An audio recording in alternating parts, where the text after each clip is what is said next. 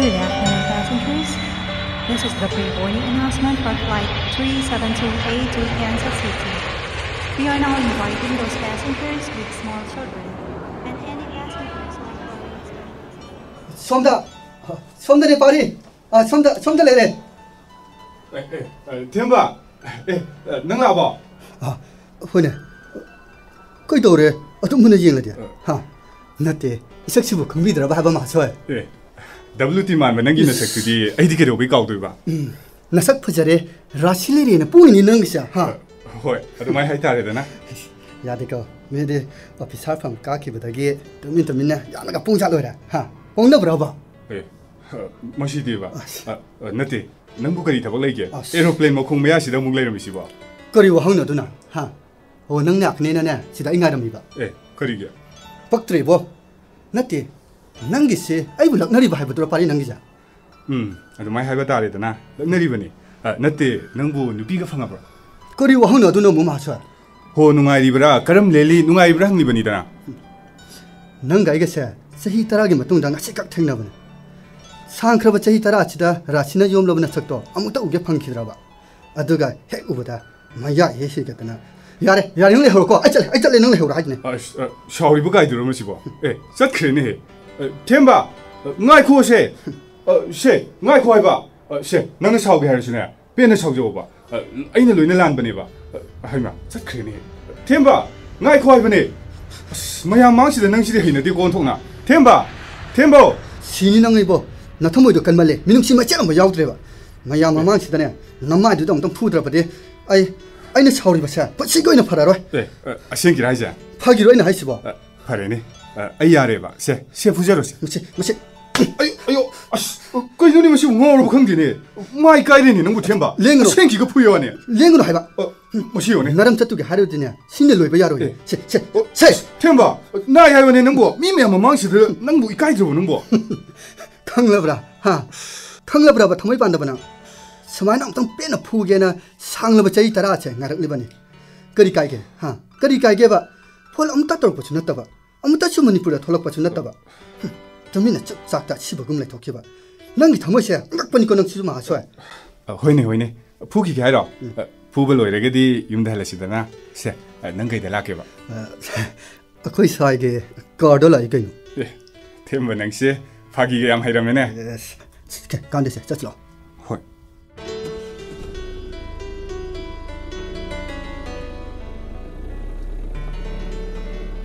Themba, kai de no khun se to si ba. Khoi yum da ni kai no. Khoi ma na nang ngai ho ri ye. Cha ka loi ho ro bane. Khoi ma na ne nang la ka ni pau ta ba du da khoi ma de yam ha ra hoi no pa de. Ado ai la ka ni hai ba di nang di ka mai khangi ba. So ma so na de lot ki ha na lot kha ba ni na ai nei kai khang de sa de na ne. Khoi ti ba. Khoi yang hang ba. Adu da nang officer phon don ka kre ha ba pau su phang ja rai ba. Thabak ka mari leina na ngasi se nang mani pa tholak ni ha ba gi pau phang ba du da aina nang che ngai jaram li ba. Nate nang officer ki phai oi de ko ma bok lei ma da nang na han kai sem ma yam thari ba du da. Themba, ai lan kre. Hoi ne. Adu gi ne aina ma yam ma mang da nang ta tai phu thogi ba du na. Nang bu shaw phara brai sa. Phare kai no. Ma kha da na cha ko hai ra. Shaw ran. Mi na ibu shaw du na waro du na lei ki ba di ne. Nungai phom khang ba na te da. Leita phom khang ba na te da. Adu phau de khang ja boi de nang cha. Ha. Ai de nang se mi bu malu dra bani. Nang khak mi bo. No ma nei thadok tu na chat thaga chahi tara phau ba noi mai kai da lak pa di la re da na min na phau ba han yeng ni khida ba. Nati tai di tham bu tham khone. Ai ka phau ba pau phung na khida ba. Ai na nang thi ba na na ta lak la phau uno ba phang khide. Si da na te mara le jadra bi akhoi ma po su nang na do ke mati han kre. Pari nang ma po na waru bani ko. Atai di. Kori ba. Atai ai gi ra sing du ba ba. Adu ne loi ra bra ni Themba. Ai bu su ma bo pu su nang na do ko han kre. Sidagi ba kari le gi ge. Ha. Kari chi thaw ba le ge ba nang gi na ra myam chi ge mrak si da. Ama wali. Kari ba. Sine lo re ke no. Kari ama mu chi thaw ri ge ha si ba. Aduk chau ba gi ral du go nang di adu lai na kau thok po Themba. Nang di ai gi marum ni Themba. Ai ya seng ba maru. Ai na fana lan khra ba su nang na ibo du mak pi ga ni khang ba gi ai na tu min lai ki ba ne. Pare. 마복 레이마부슈니 아이기디 마캅니 아이나 파나 란크라바슈 마복부 한크라바슈 이마삭베 아이기 마복나 아이부 ꯉꯥꯛꯄꯤꯒꯅꯤ ꯈꯪꯕꯒꯤ 아이나 뚜미 레이키바니 템바 바래 아두부 템바 하유네 마카나 까리네 ꯋꯥꯠꯍꯧꯔꯤꯕ ꯏꯔꯥꯜ ꯑꯃꯈꯛꯇꯨꯅ ꯑꯩꯕꯨ ꯍꯥꯟꯅꯁꯨ ꯍꯧꯖꯤꯛꯁꯨ ꯆꯍꯤ 10 ꯆꯨꯞꯄ ꯃꯤꯀꯨꯞꯁꯤꯗꯁꯨ ꯑꯣꯠꯂꯤ 바래 ꯃꯥꯅꯗꯤ ꯑꯩꯕꯨ ꯉꯥꯛꯄꯤꯌꯨ ꯍꯥꯏꯕ ꯌꯥꯔꯣꯏ ꯑꯩ ꯈꯪꯉꯤ ꯈꯪꯅ ꯈꯪꯅ ꯏꯈꯣꯡ ꯑꯅꯤꯁꯤ ꯊꯥꯡꯗꯣꯛꯈꯤꯕꯅꯤ ꯏꯔꯥꯜ ꯑꯃꯈꯛꯇꯅꯤ ꯑꯩꯅ ꯃꯐꯝꯗ ꯂꯪꯖꯈꯤꯕ ꯑꯗꯨꯕꯨ ꯏꯔꯥꯜꯗꯨꯕꯨꯗꯤ ꯃꯥꯅ ꯄꯨꯟꯁꯤꯒꯤ ꯑꯣꯏꯅ ꯑꯩꯕꯨ ꯉꯥꯛꯄꯤꯌꯨ ꯌꯥꯔꯣꯏ 그러노 뭐 하이보 하 그나 한번 물레리게 하시오 마부니 마부니 강드레다 그나는 뭐 민레 품목디 하유드네 너쇼 까오르브라 템바 타이네기 토이 소이랍니다 바리야 이용선에 바리 소프레나 하 그수덕리다 그도래 하 그리 누가 이 통항리데 그다니 너는 저리도 뭐하 바리야 바리 너무 ngại 군이 넘버 속브라 셰 아이 잉게세 콩도 속바 말레 이 톡레 가다이 잉게 따드라브라 아이나 항이세 나원데니 가다이 콩도 잉비게세 답나 펌시 셰 시다 야래 속대다 가지 에신기바니 그나로 너무 ngaw브로 하 니기가리 마마시다 총칠레 시보 시절에가 하브로나 덕신나라는 자래 그나네 란봉 따할라누가 스템바 난 뚜미 레이 그리기 뚜밀레 도리브노 영어 미가리 마마자 총칠레 시보 그리 노바 시보 파기라 하버니다 아코이세 미핫바다 한게 하리버네 토비 나트라 토이 토비나트라 토비야 낭디 제가 마이나 속드야래 아이세라게 토비야 나이코세 나다나 콩돔 떼yen게 강도 버기 방하이 하이크레 능 아이보 와로고는고 시다 감동을 내랍니다 하 뽀뽀치나 한데 토비야 능 아이보 강들어버려 아이 능기도 나닝 텐드네 토비 다다나 방하이 하이크도 능 차오는고 토비야 다다 아이 타바 아마기 람바니 콩팜 사다드나 두산그레 아이 소이그레 아이 란그레 다다 아이 아무 쳇라게 다다 나이쿠어 나톰다 그럼 셋게도이노 토비에 아이코이 딜람마게 푸푸사나 할디 아이기 뽀뽀 레리 욤다 아이 붕아이드나 레오이 아이 셀 토비야 나이코 토비 잉음드는 없어 그래 돌스 람비가세 마탄타 란톡그레 타이나데 람비 란톡나보 하나보다 아이게 비지다 빠이드나 꾸인 있나란바네 허직나 잉으네 바리 토비네 능부 까오로브라 하 템바 타이나기 아이코이기 토비도 마디시다 끄도로미바 아두쇼 마돈다 하나디 마임덕이 마판 도봉 남다바네 부부선 한두쇼 마치누피시 학답하고 마똥다 타독다바네 아두가 나시디 마똥다 레르미시 예 바리야 숨진 눈을 내려 끄도로게 하 남부 타박가일리 허리게 봐 하 호 비살사 해 좀놈다 할래세 나한테 nangi세 토비부 잉이브라 하 미 잉기 왕무다 란 그래 하바네 그이도로게 하 그이도로게 넘보 바리야 템바 아이 ngasi디 마부 토비 하이네 거크레 예 마부 토비 하이네 거크레 템바 호이네 아두 그이도리 하바노 하 미디 마민 거 버타브니 그이노 아이디 하나 서dum 거웨 나티 말롬시다 마디 그이도로미다 마줌디 마카롬 되니 아두쇼 마돈다 파레세 이만하네 나라마네 라오바 탱리 할라셈 넘보 능소 더벅 양나 내랑 기니 강해 나 좀더 버타고 라오바 나 차도 양나 좋다나 수우래 바리야 그이도로기 넘보 바리야 아무 웅드네 레리네 더 시오네 토비 마탐 마마기 애기 토비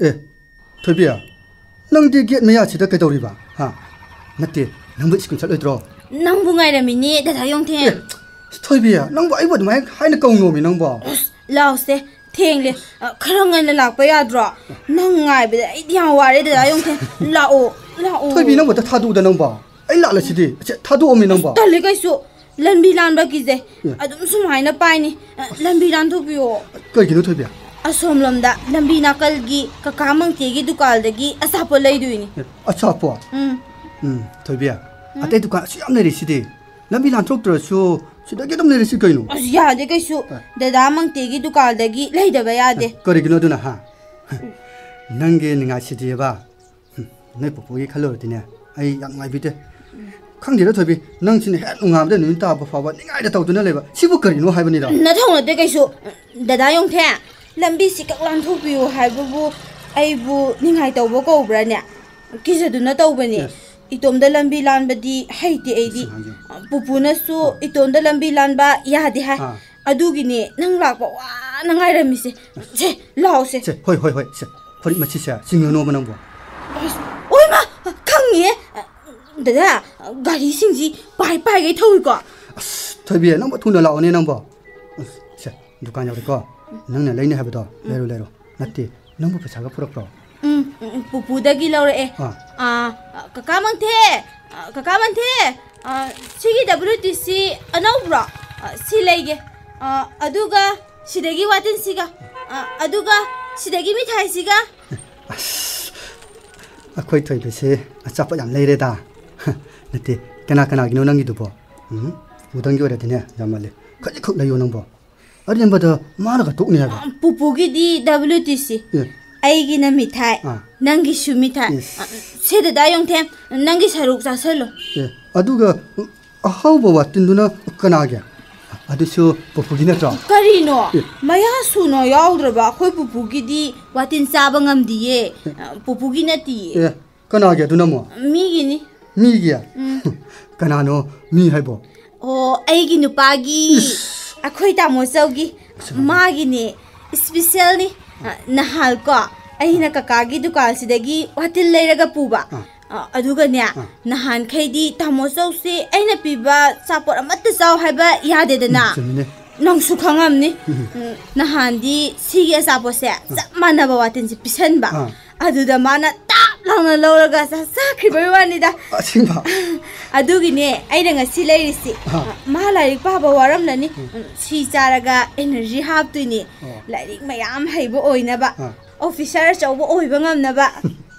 ꯅꯠꯇꯦ ꯑꯩꯒꯤꯗꯤ ꯁꯔꯨꯛ ꯌꯥꯎꯗꯕ ꯅꯪꯒꯤ ꯋꯥꯇꯤꯟꯁꯦ ꯂꯩꯕꯅ ꯑꯩꯒ ꯂꯩꯃꯤꯟꯅꯔꯒ ꯑꯗꯨꯁꯨ ꯂꯝꯕꯤꯁꯨ ꯑꯩꯅ ꯑꯃꯨꯛꯁꯨ ꯂꯥꯟꯊꯣꯛꯄꯤꯔꯒ ꯅꯪꯒꯤ ꯃꯤꯊꯥꯏ ꯄꯤꯈ꯭ꯔꯤꯗꯨꯗꯤ ꯑꯩꯅ ꯊꯣꯏꯕꯤ야 ꯑꯩ ꯃꯤꯊꯥꯏ ꯄꯥꯝꯗꯦ ꯁꯦ ꯀꯗꯥꯏꯅꯣꯕ ꯁꯦ ꯋꯥꯇꯤꯟꯗꯣ ꯈꯤꯇꯪ ꯆꯥꯒꯦꯕ ꯁꯦ ꯀꯗꯥꯏꯅꯣꯃꯦ ꯑꯁ ꯊꯣꯏꯕꯤ야 ꯑꯩ ꯃꯍꯥꯎ ꯌꯦꯡꯒꯦꯕ ꯅꯠꯇ꯭ꯔꯗꯤ ꯂꯝꯕꯤ ꯍꯟꯈꯤꯕꯗꯅꯦ ꯅꯪ ꯂꯝꯕꯤ ꯂꯥꯟꯊꯣꯛꯑꯣꯏꯗꯣꯏꯅꯤ ꯃꯊꯟꯇ ꯊꯝꯃꯝꯗꯣꯏꯅꯤ ꯑꯩꯗꯤ ꯇꯧꯅꯣ ꯑꯗꯨꯃꯥꯏꯅ ꯗꯗꯥ ꯁꯤꯗꯤ ꯅꯪꯒꯤ ꯁꯔꯨꯛ ꯌꯥꯎꯗꯦ ꯑꯩꯁꯨ ꯆꯥꯔꯣꯏ ꯀꯅꯥꯝꯇ ꯄꯤꯖꯔꯣ ꯊꯣꯏꯕꯤ야 ꯌꯦꯡꯉꯨ ꯇꯨ ꯀꯅꯥꯅꯣ ꯑꯃ ꯅꯪ ꯉꯥꯏꯗꯨꯅ ꯂꯩꯔꯤꯁꯦ ꯅꯣꯏꯒꯤ ꯒꯦꯠ ꯃꯌꯥꯁꯤꯗ ꯄꯨꯄꯨ ꯑꯩ ꯂꯥꯛꯂꯦ ꯄꯨꯄꯨꯒꯤ ꯊꯣꯏꯕꯤ ꯄꯨꯄꯨ ꯀꯗꯥꯏꯗ ꯆꯠꯂꯨꯔꯤꯕꯅꯣ ꯅꯪꯕꯨ ꯑꯗꯨꯝꯅ ꯑꯩꯉꯣꯟꯗ ꯋꯥ ꯍꯥꯏꯔꯝꯗꯅ ꯅꯇꯣꯝꯇ ꯆꯠꯊꯣꯛꯄ ꯌꯥꯗꯦ ꯍꯥꯏꯗꯅ ꯄꯨꯄꯨꯅ ꯍꯦꯛ ꯍꯥꯏꯕꯁꯤ ꯅꯪꯅ ꯇꯥꯗ꯭ꯔꯤꯕ ꯀꯔꯤꯒꯤꯅꯣ ꯄꯨꯄꯨ ꯑꯩꯒ ꯆꯠꯃꯤꯟꯅꯔꯨꯕꯅꯤꯗ ꯄꯨꯄꯨꯒꯤ ꯑꯆꯥꯄꯣꯠ ꯂꯩꯅꯤ ꯍꯥꯏꯅ ꯃꯥꯅꯅꯦ ꯑꯩ ꯁꯤꯗ ꯂꯥꯛꯄ ꯉꯥꯏ ꯂꯩꯔꯝꯃꯤꯕ ꯐꯔꯦ ꯍꯌꯦꯡꯈꯩꯗꯤꯅꯦ ꯄꯨꯄꯨꯗ ꯍꯥꯏꯔꯝꯂꯒ ꯆꯠꯀꯗꯧꯕꯅꯤꯀꯣ कदाई पुपूने शू न कुछ संबीगे ए शूदी मरम यामन मोइदा मपू एगी असा पोत का लेरक दिने तौरीसे तामोजौगिसु वातिल लेरई ददायो थेमना मुनगे तौरीबा हे नंगबु अदुमना नबुंगदा कौगनुने तहोइदे को थोइबिया पुपू कौजे सनुदा अदु पुपू पारिबु लारिक पा हौरी तामोजौदी ngасayuktagi aina tuminna changaga yengluba maram moida ei su thoibi she yengoi pupuna ne cha lolambani hai ningthem lau nangi maruk ki manak ta ne khara toina lakpi yu ne hoi pupu mayumdagiga lapna leibane laikai sidadi magidi khangna sanabasu leijaba natte nangi marup pari gidi ko pupu aduna ne nangna sumna ne khara toina lakpi dawni ko hoi pupu thoibiya nungdi ngasi school chalodra Chaningre. Pupua. Ai ngasi school chatlaroge ko. Karigino ne masu thoibiya. Ozana para pharo hai. Ai na pabidre. Horen hanglakpada ai di khumba ngamlara. Ozana phuge hairakani. Ai ki jei pupua. Ko ai chatlaroge ngasi tang ko pupua. Ho. Adu thoibiya. School lepadi phattabani ne. Hoi mi. Hayeng chatu shidi. Pare. Yengoi yumlomda sangu lairik ne ngahak hek pathok luso susidi hey school chatrabadi ne ngasi gi para phadok luro susidi tamo jogi asat piruge lairik ti araibani aidi lairi haitersu yare pupu tauri basi yengu ne hey thoibiya tapna chatlune nangbo tamo jogi sabu piruge tapu ihe tusindana sokpa tare ne onthokpani da pupu aisho parigi manak tamta changbiru khige hoi hai ningthem amuk tang ai ko yengoi nangi marup pari sei wa kaya ngangan din hei aina wa hangluraba kanda da khak wa hai yama ni khak khumlakani aina wa hairudre mato mata tuminna panglai da hek marai gani yengo magi lairik laisu tambada kari awat apa lay hangluni kari su leite wate haidana hek ta khumlakani nang ne magi awat apa singdo kari no haibado khara amuk ta hangdok piu ko mabukpu onthok na lukre ne nang ni marup pari se angang matik ti hek natana pupu masagi ni da pupu pupu paribu si kules loiga haibra khangdin hei pupudia se nangna ne khara amuk ta hangbiru hai ningthem chak charaga hankhok ko hoi pupu chatri ngai da ne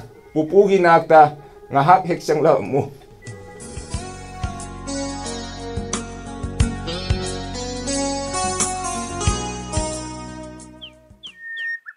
Larik pamandana sikibedare aigi nupasi ngasai kari su chade mina kawbasu khumloi puklubase yenglaktene khumlaktene tamuso khumlaktene tamuso sukyenglaktene napangshidi marolso maming dagini thokliba se lairik pa bawaram lagbani nangi sa tu yengo nahangi watila hawdo siroina nangini loina saw ko se sida thammagi ngai hak su pothawo lairik pa manduna ngawduna sakhiba tar tamuso ta dobro khumdini sa singkhini ko dada yon themsu lahawi pupuga wari sahawri ozana para hangni hai ai para phadabagi ngasi school chaloroge ko chalu haira khumdene ado tamocha ai lairi asam haitrisi lairi khajik tangdi takpiba yaban nungtigi natrasu marak ngaya khumdi amuk tangeng birakpadi yaidana tamocha khumningdraga tokcho larik yamna pabadu maramdi amui ado nasa sokani chasi kauni ko watindu kadro saidu dada yon them lakladi mana loi chathukhrani ai sele ai thoe ko chak lamaga hairo ko swai da mu choro lo lai rabre chan thoibiya hei wa kana nganganu dada yon them nang akhoi tamu chau larik thawai yauna pari langanu ko pariya nangbo chi dole bese hainari ba ha nangbo yang wara brana wadida satha usi themba nangine na piramina trosiba aigi sinatana ai hina deda as karigino ne ha karigino hina didibo 세 사세 타로 하이로 아이 탁대다 템바 눈티기 탁대다 나시수 탁어 어두가 허리시나 거리게 하 타님도 디꼭 비토고 야도 야다바이니 나한테 와튼 피바사이 하이다 토이비나 파우 끄담담에 마디네 하라오나 로레자니드나 허지쇼 낭나 밤지 하드나 와튼세 또 아다기 딴차라 레루리가 시드쇼 낭 짜라를 하이브라 템바 나한디 마볼라메 마보키 마망다 땅아이 페드네 자키벤 강드레다 낭기 펀치샤 야암나 돌레다 바레 그다이 세 자름 하우양게 부부나데 마카라 자 타미나 치가 호보네 아이나네 시다 어르보 와말레레나 하시노르 정의님이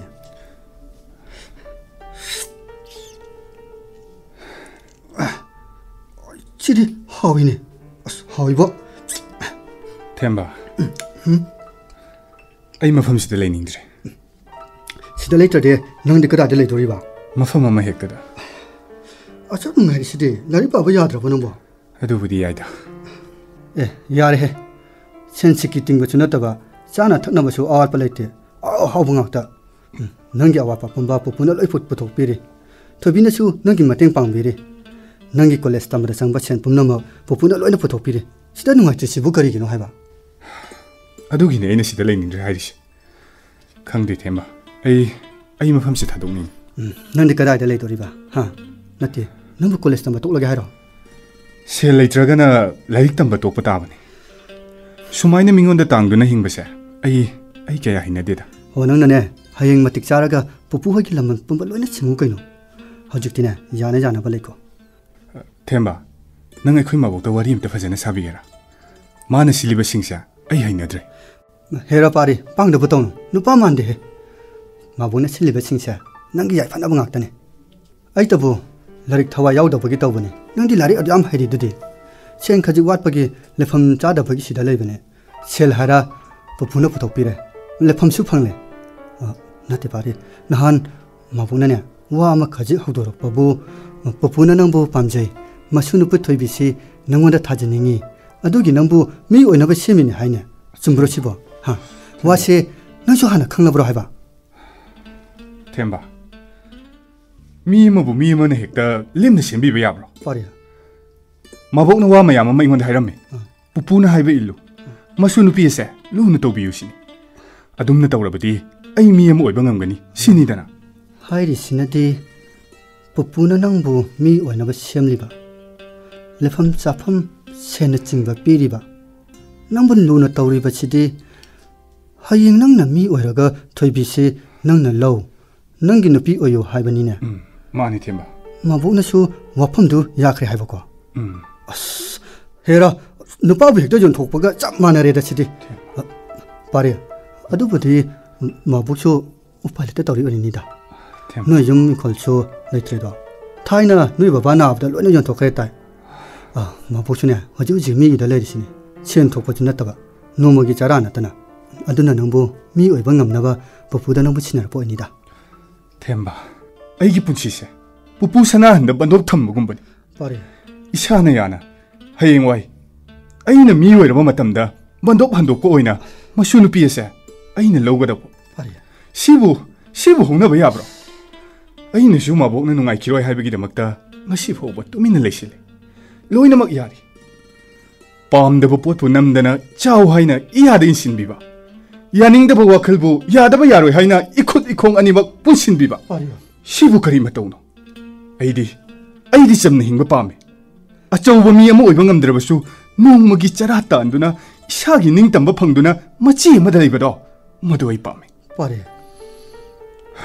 mabokta wa haige khalle magi masa ubada ai wa hai ama phawa haiba ngamte man ahenba wa khresu hairame pupu sana halnasu ahenba wa kaya hai masunu pisina inakta toina lai pupu na masunu pisibu maning tawhalle khamjinde sibu achamba matawni haina laugadra ne themba khangdre ai khangdre se nangchune mi achoba mo oiro adugane thoibi se lohongdun lawro kari kai ha yengo thoibi se masak haira ka hel thiba sunate maramsu yamna mokse pupusu masu amatangai bisigi phanaba chinjaba oinida aigi ningtambadi aisu ꯑꯩꯅ ꯈꯣꯏꯗꯥꯖꯕꯤ ꯃꯍꯥꯛꯄꯨ ꯑꯩꯒꯤ ꯑꯣꯏꯅꯤꯡꯉꯤ ꯂꯝꯂꯥꯟꯕꯤ ꯑꯃ ꯍꯦꯛꯇ ꯅꯪꯒꯤ ꯑꯣꯏꯌꯨ ꯍꯥꯏꯔꯛꯄ ꯑꯩꯅꯁꯨ ꯏꯀꯣꯛꯅꯧꯅ ꯍꯣꯏ ꯍꯥꯏꯅ ꯍꯦꯛꯇ ꯌꯥꯕ ꯁꯤꯕꯨ ꯆꯨꯝꯂꯤꯕ꯭ꯔꯥꯅꯦ ꯊꯦꯝꯕ ꯊꯦꯝꯕ ꯀꯥꯟꯅꯗꯦ ꯑꯩ ꯃꯐꯝꯁꯤ ꯊꯨꯅ ꯊꯥꯗꯣꯛꯇꯨꯅ ꯆꯠꯅꯕ ꯇꯧꯒꯦ ꯅꯠꯇꯦ ꯅꯪ ꯑꯩꯒꯤ ꯃꯇꯦꯡ ꯈꯤꯇ ꯄꯥꯡꯉꯨ ꯑꯁ ꯇꯨꯡꯒꯤ ꯈꯜꯂꯨ ꯄꯥꯔꯤ ꯋꯥꯖꯔꯛꯂꯕꯤ ꯃꯕꯣꯛ ꯂꯩꯃꯒꯤ ꯈꯜꯂꯨ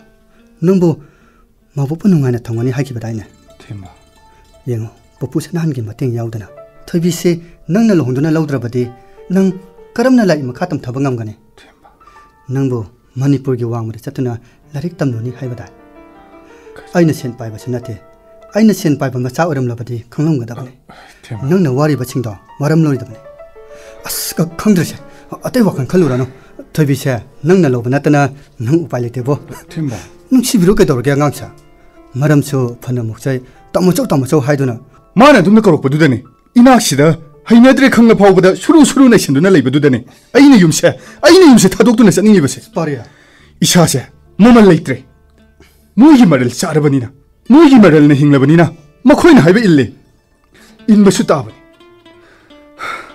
ꯑꯩꯒꯤ ꯅꯤꯡꯇꯝꯕꯅ ꯀꯗꯣꯝꯗ ꯊꯦꯝꯕ ꯈꯜꯂꯨꯗꯦ ꯄꯨꯟꯁꯤꯁꯦ ꯑꯁꯨꯝꯅ ꯋꯥꯔꯛꯀꯅꯤ ꯍꯥꯏꯕ ꯄꯥꯔꯤꯌꯥ ꯇꯧꯔꯤꯕꯁꯤꯡꯁꯦ ꯑꯩ ꯌꯥꯝꯅ ꯍꯩꯅꯗ꯭ꯔꯦ ꯌꯥꯝꯅ ꯍꯩꯅꯗ꯭ꯔꯦ ꯄꯥꯔꯤ ꯑꯩ ꯋꯥꯈꯜ ꯌꯥꯝꯅ ꯋꯥꯔꯦ ꯄꯥꯔꯤ ꯊꯣꯏꯕꯤꯌꯥ ꯆꯪꯂꯛꯀꯦ ꯍꯥꯏꯕ ꯌꯥꯗ꯭ꯔꯣ ꯅꯪꯕ ꯑꯁ ꯈꯪꯉꯤꯅꯦ ꯅꯪꯕ ꯍꯦꯔ ꯗꯥꯌꯣꯡꯊꯦꯡ ꯌꯨꯝꯅꯤ ꯀꯩꯅꯣ ꯅꯪꯅ ꯂꯩꯔꯤꯁꯦ ꯀꯨꯏꯃꯜꯂꯦ ꯃꯤ ꯂꯥꯏꯔꯤꯛ ꯑꯃꯠꯇ ꯄꯥꯕ ꯌꯥꯔꯔꯣꯏ ꯂꯥꯎꯁꯦ ꯆꯥꯛꯈꯨꯝꯗ ꯏꯟꯖꯥꯡ ꯍꯥꯎꯅ ꯊꯣꯡꯉꯝꯃꯨ ꯑꯩꯗꯤ ꯍꯩꯇꯦ ꯄꯨꯄꯨꯁꯨ ꯌꯦꯟ ꯊꯣꯡꯕ ꯍꯩꯇꯦ ꯂꯥꯛꯑꯣ ꯗꯗꯥ ꯑꯩꯅ ꯄꯨꯄꯨꯗꯒꯤ ꯌꯦꯟ ꯂꯩꯅꯕ ꯄꯩꯁꯥ ꯂꯧꯔꯛꯂꯦ ꯀꯗꯥꯏꯗꯒꯤ 이바이니 허직 레이브 셀루시 부부디 옌 짜데 깡소이 통니 하여위 ꯑꯁ ꯊꯣꯏꯕꯤꯌꯥ ꯑꯩ ꯆꯠꯄ ꯇꯜꯂꯤꯗ ꯌꯨꯝꯗꯒꯤꯅꯦ ꯆꯠꯔꯛꯄꯗ ꯉꯥꯏꯔꯤꯕ ꯑꯩꯅꯦ ꯅꯪꯒꯤ ꯌꯦꯟꯗꯣ ꯑꯩ ꯆꯥꯅꯤꯡꯗꯦ ꯍꯥꯏꯕ 이스 인장 통바 헤이주 헤이데나 아이디야 아두가 옌도 낭부 사비요 하이브로 두칸데기 레미나루시 하이베니 미 타모자우 라이릭 빠바와 키니 옌 통라가 자한니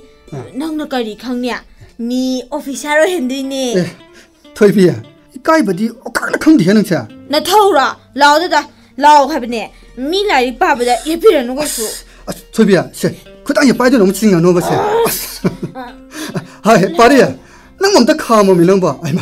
아무 파오바 아두마이나 다모자우나 아이부 고비디에 고 숭야야데 라이릭 땅 하이바 아빵 부두 낭기나 마나바세 카라세라무 다다 용태야 아이 다모자우나 낭나 고보두마이나 아이부 토이비 하이나 고보도 야함나 따닝니 아 칭부로 빠리야 하 아 칭부로 하이바 나때 능 몸다 고비우다나 니 안강지야는 와럭 트레미 능 봐. 아이마 빠리야 아이마 예훈이 빠리야 지훈이 딸이 그러는 뭐 아 딸이 브라합네 또 민들래 그러네 시다 하이 토비야 거이노 낭내 애기 머름다기 빠리다 후라 브란징 리버디야 하 따친다 되네 하이 토비야 이마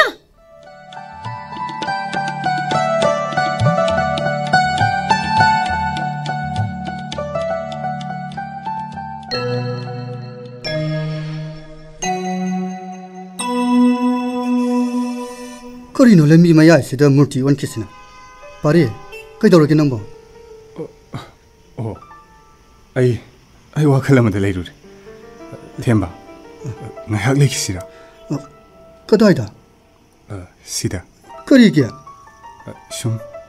숨 할부 거이노 하 성지 아트지보다 한 비로네 템바 토이비도 할래키더라 마부 솔롬데 라키도 있잖아 아무치 토이비 마나 할락방아 키 자리 브라난기사 하 호이 아도 마부 솔롬데 할래키더라네 아이나 그럼나 강도르게 두버 하 나트라가나 따나라가 항시 하브로 거돔도 satki 하바초 강ong부 숨나타나 예 콜라이네 할로 이마 호이 람비데 레레 코 호이 탱나레 람비데 라이 마복시 레디야 호이 이마 코 역슬라 넘버 떨어게마 호이 이마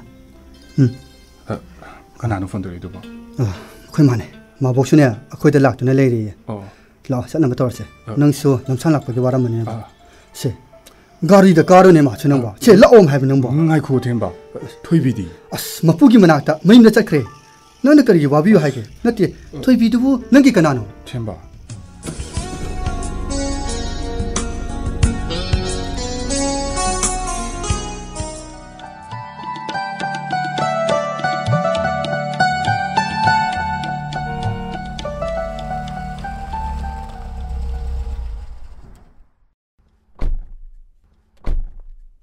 마보 마보 ꯑꯩ ꯂꯩ 마보 ꯍꯩꯃꯥ 이야 ꯂꯥꯛꯂꯦꯗꯅ ꯀꯗꯥꯏ ꯑꯁꯣꯏ ꯑꯉꯥꯝꯗꯤ ꯌꯥꯎꯔꯛꯇꯦꯗꯅ ꯑꯁ ꯅꯪꯗꯤ ꯅꯁꯛꯀꯥꯁꯦ ꯌꯥꯝ ꯑꯣꯜꯂꯝꯃꯦꯕꯣ 마보 ꯅꯪꯕꯨ ꯀꯝꯗꯧꯔꯤꯒꯦ ꯑꯁꯨꯛ ꯀꯣꯏꯕꯁꯤ ꯍꯣꯏ ꯃꯥꯏꯅꯦ ꯍꯥꯏꯗꯅ ꯇꯨꯃꯤꯟꯅ ꯂꯩꯈ꯭ꯔꯤꯕ ꯀꯔꯤꯒꯤꯅꯣ 마보 ꯄꯥꯔꯤ ꯅꯪ ꯃꯕꯣꯛꯄꯨ ꯋꯥꯔꯧꯔꯤꯕ꯭ꯔꯥ ꯍꯥ ꯍꯧꯖꯤꯛꯁꯨ ꯅꯪ ꯃꯕꯣꯛꯄꯨ ꯋꯥꯔꯧꯔꯤꯕ꯭ꯔꯥꯕ ꯑꯁ ꯑꯩꯈꯣꯏ 마보시디바 그리기 와로가도이노 마보 ꯍꯧꯖꯤꯛꯇꯤ ꯑꯩ ꯂꯥꯛꯑꯁꯤꯗꯤ ꯑꯩꯅꯦ 마보 ꯃꯅꯤꯄꯨꯔꯗ ꯍꯦꯛ ꯌꯧꯔꯛꯄꯒ 마보ꯀꯤ ꯅꯥꯛꯇ ꯂꯥꯛꯀꯦ ꯇꯧꯕꯅꯦꯕ ꯑꯗꯨꯗ ꯅꯤꯡꯊꯦꯝꯅ 마보ꯛꯁꯨ ꯅꯤꯡꯊꯦꯝ ꯍꯣꯏꯗ ꯂꯩꯍꯧꯋꯦ ꯍꯥꯏꯕꯗꯨꯗ ꯑꯩꯁꯨ ꯁꯤꯗ ꯂꯥꯛꯏꯁꯤꯗꯤ 마보 시대기디 마보 ꯑꯩꯈꯣꯏ ꯀꯔꯤꯝꯇ ꯋꯥꯔꯔꯣꯏꯌꯦ ꯑꯩꯅ ꯑꯩꯈꯣꯏꯒꯤ ꯌꯨꯝ ꯐꯖꯕ ꯑꯃꯅꯦ ꯏꯝꯐꯥꯜꯗ ꯂꯩꯔꯕꯅꯤ ꯆꯥꯎꯈ꯭ꯔꯖꯥꯅꯤ ꯈꯪꯕ꯭ꯔꯥ 마보 ꯑꯗꯨꯒ ꯑꯩꯈꯣꯏ ꯄꯨꯟꯅ ꯑꯗꯨꯗ ꯂꯩꯃꯤꯟꯅꯗꯣꯏꯅꯤ ꯍꯧꯖꯤꯛꯇꯤ ꯀꯔꯤꯁꯨ ꯋꯥꯔꯔꯣꯏꯌꯦ 마보 마보 예 아시기보 맘mit까지 마피라 실시오네 아시 가나듯이 마보 하우직티네 마보키다막 파리나 아노부지 마말레이 하이버도 아두도 하나 잉나부터 없지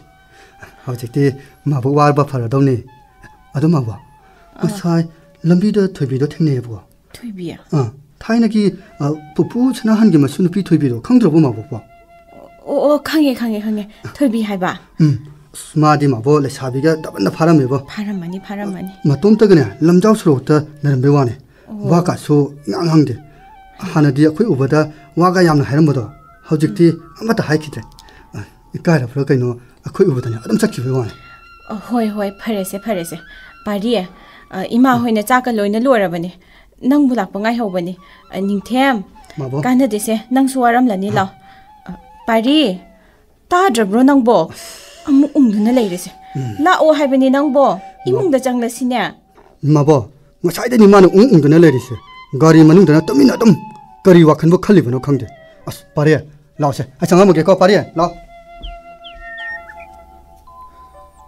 마보나 ꯄꯥꯝꯖꯕ ꯑꯩꯅ ꯄꯥꯝꯖꯕ ꯑꯆꯧꯕ ꯃꯤ ꯑꯃ ꯍꯥꯏꯕꯗꯨꯗꯤ ꯑꯩ ꯑꯣꯏꯔꯦꯀꯣ ꯀꯅꯥꯒꯤꯁꯨ ꯃꯄꯥꯜ ꯇꯥꯡꯗꯅ ꯑꯩ ꯍꯧꯖꯤꯛꯇꯤ ꯍꯤꯡꯂꯤꯀꯣ ꯃꯤꯀꯨꯞꯁꯤꯗꯅꯦ ꯑꯩꯅ ꯉꯥꯏꯖꯔꯛꯄꯁꯨ 마보 ꯅꯪꯁꯨ ꯑꯩꯕꯨ ꯎꯔꯒ ꯃꯣꯃꯣꯟ ꯅꯣꯛꯈꯤ ꯑꯩꯒꯤ ꯏꯔꯥꯜ ꯄꯨꯝꯕ ꯉꯥꯛꯄꯤꯈꯤ ꯅꯤꯡꯊꯦꯝꯅꯁꯨꯅꯤ ꯑꯩꯕꯨ ꯎꯔꯒ ꯃꯣꯃꯣꯟ ꯅꯣꯛꯈꯤ ꯑꯩꯒꯤ ꯏꯔꯥꯜ ꯄꯨꯝꯕ ꯃꯍꯥꯛꯅꯁꯨ ꯉꯥꯛꯄꯤꯈꯤ ꯑꯗꯨꯕꯨ ꯑꯩꯒꯤ ꯄꯨꯟꯁꯤꯁꯤꯗ ꯑꯋꯥꯠꯄ ꯑꯃꯗꯤ ꯏꯔꯩꯇ ꯂꯩꯔꯤ ꯍꯥꯟꯅꯁꯨ ꯍꯧꯖꯤꯛꯁꯨ ꯄꯨꯝꯅꯃꯛꯇꯤ ꯍꯔꯥꯎꯔꯤ ꯅꯣꯛꯂꯤ ꯑꯗꯨꯕꯨ ꯃꯥꯗꯤ ꯑꯩꯕꯨ ꯎꯔꯒ ꯃꯣꯃꯣꯟ ꯅꯣꯛꯈꯤꯗꯦꯀꯣ ꯃꯥꯅꯗꯤ ꯑꯩꯕꯨ 미치는 가직담 앵람라가 아두막 마마에도 룩타그래 아이부 한네 앵락히드래 토이비 낭기나 따우 얌나 wallam래 낭디 얌나 홍람래 토이비 낭부 가람 레리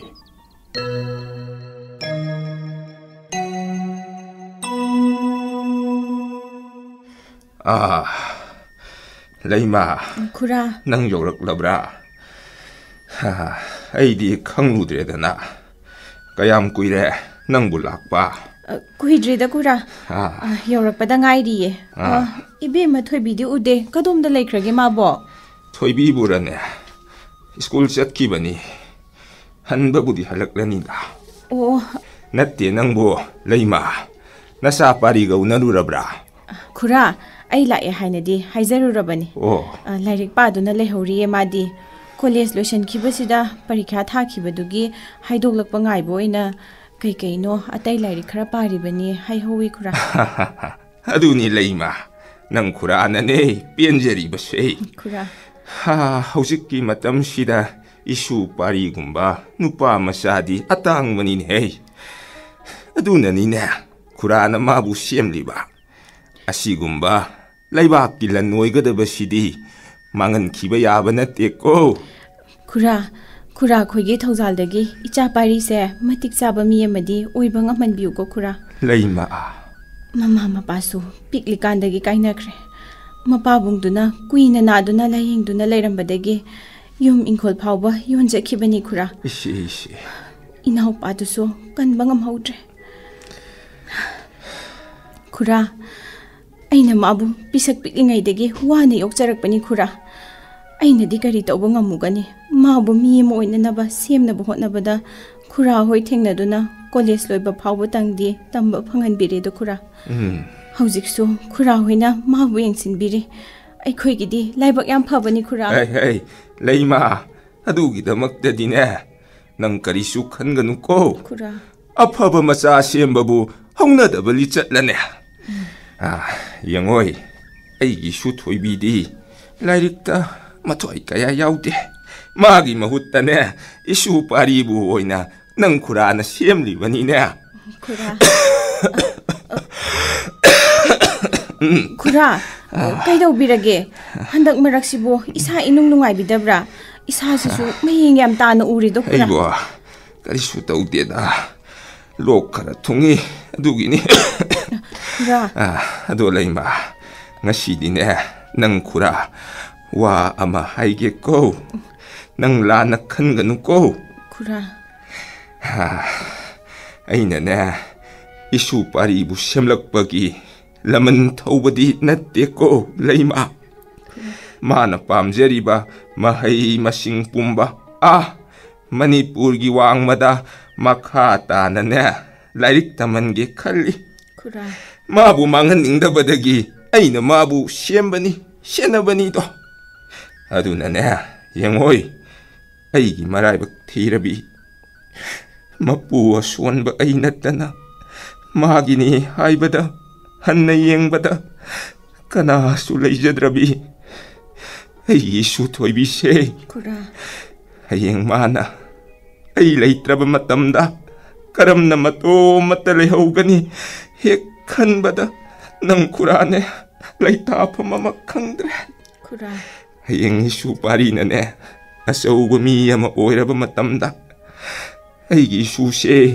येंगसिनहंदुना लेहनबियुको मसी मतंगदी लैमा नंगी नफमदगी फिगाउ साननी जके हयेंग अइना लैत्रब मतुंगदा इशुसे नंगनने ममा सकना सेनबिरउको अंगांग ओइरिबी अइगी इशु थोइबिसे मपु अइ लैते हाइबगी अवाब मचेत खंगंदना मिमानना हिंगब ngамहनबिरउको लैमा खुरा अखोइ म्याम लेजरिबसिदी हयेंवाइ पारीना अचौब मी अम ओइरबा मतुंगदसु खुरागा पुना अखोइ नुगाइना लेगदबने लैमा असुक नुसिख्रबी इंगाव गावजबी थोइबिसे अइगिदी इचामकनी खंजरिबनी खुरा पारीदसु वाफमसे हौदोक जख्रबनी चिंगनबा लेबिगनु खुरा अखोइना फनबा होटनारबसु खुरा खोइगी मतेंगदी पुंसिगी ओइना सिंगबसु ngमरोय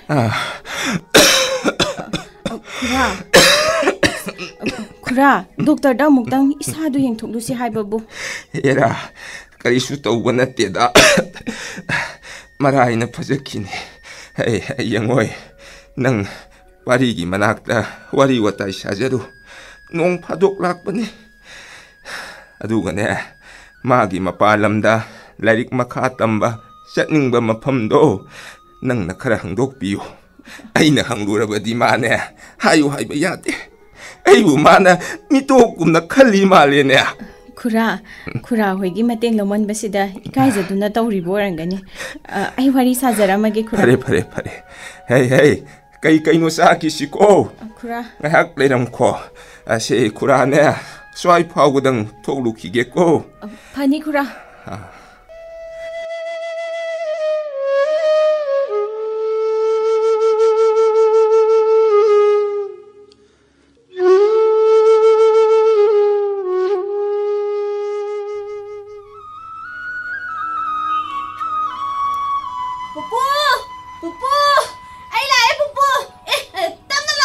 हाय सेलकनुने थोइबिया तुसनगनीने नंगबो ꯄꯨꯄꯨ ꯀꯩꯅꯣꯝꯃ ꯌꯦꯡꯒꯦꯔꯥ ꯀꯗꯥꯏ ꯌꯥꯎꯈ꯭ꯔꯖꯥꯠꯅꯣ ꯉꯁꯥꯏ ꯁꯤꯗ ꯑꯁ ꯀꯗꯥꯏꯗ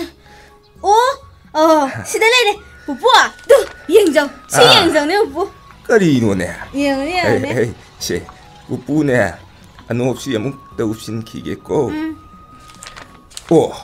ai ma shu toibiya nangi parikha haidok labrane mark siltane siba mani ne yengjao handakti ai subject khudimakta fail amata oidrabani uraba pupu handakti aina lairik mayam ama paningdrasu pariduni nangsu khangamni ahingda mit kap chingai tumda khai pabado adugini loina pass tawrise ai handakti fail oidri pupua hoine hey makasi yamna wangna phangine isudia manipuri subject simadi apunba mak samagi manungda nempu mangaga phangine sina iwangbu hek wangi yamna haida ai isu thoibidi maram na maram mo iba ado isubu kari saninge pupu ne hekta salaga leiru dorimni ai bura chaninge pupu aigi mahuta akhoi da mojegi puri ahan boy na lebiyo hoida isu na bu hairabanina leithok su ngaidana kadai lairi khawdo pupu paibi gene nangbo nangwa gani haiba aigi khusi samause se tapna samminasi ado pupua moi mayamna aingonda laknariba kanana kari hairakliba none isudabo ho adu bro asuk sauraba aina anghang masa dawna adum kesenaraga pupu na lei lesabi pharasi pau injang thongba haite pupu gi mateng pangbidri kaigino na haiba adugi bu susi ne na thau leibra haidana kuk hayu kalakdana ne makoina hainaribni pupu na hayeng wai solaga saisu pairaba kanda ne su thoibi nang ne pupu gi mateng pumba pahanga dawribani ne sumaina ne kok hayu susi adumaina ne hari ne na aduga ne pupu akhoi yumda leiriba thamosause pupu na phajalaga thamini ye migi masasi sembibagi mingda tamosausi namdana aigi nupa ohenge silini ikaidra ye pupu gi thoibi adako aina adu hairagliba imanabido ngasi khana thome masam phoinage tawbada imanabi ataina khamdorakwadagi tokthoe sukogongnoroi madu imanabido mathau gari leiredana tamo chawna khoida leibasida mana kalaktana tawrini pupu asu phaba nupasi aigi nupa oiragani khanbagini ko moina tamo sause pamsilaibani masaktuga masu thoibiya parese hayeng khaidine miga khatna chainaba phatte ko lao kari asa pot chaninge ne isubo pupu ga leirurasi nato matane lambi lamhangda nathanta chatpa yade ko thabak ama tawramdaida pupu da hana hanglamgadobani ko hari du buloina idi pupu ado tamozaugi hei mahi leikisi hoi mana nungdang lairik pabada tumningdanaba sidai mayam leisugo pupu pupu nang na bro pupu aibo nadeda masu thoibiya lao pupu ne sugi kuche sambigese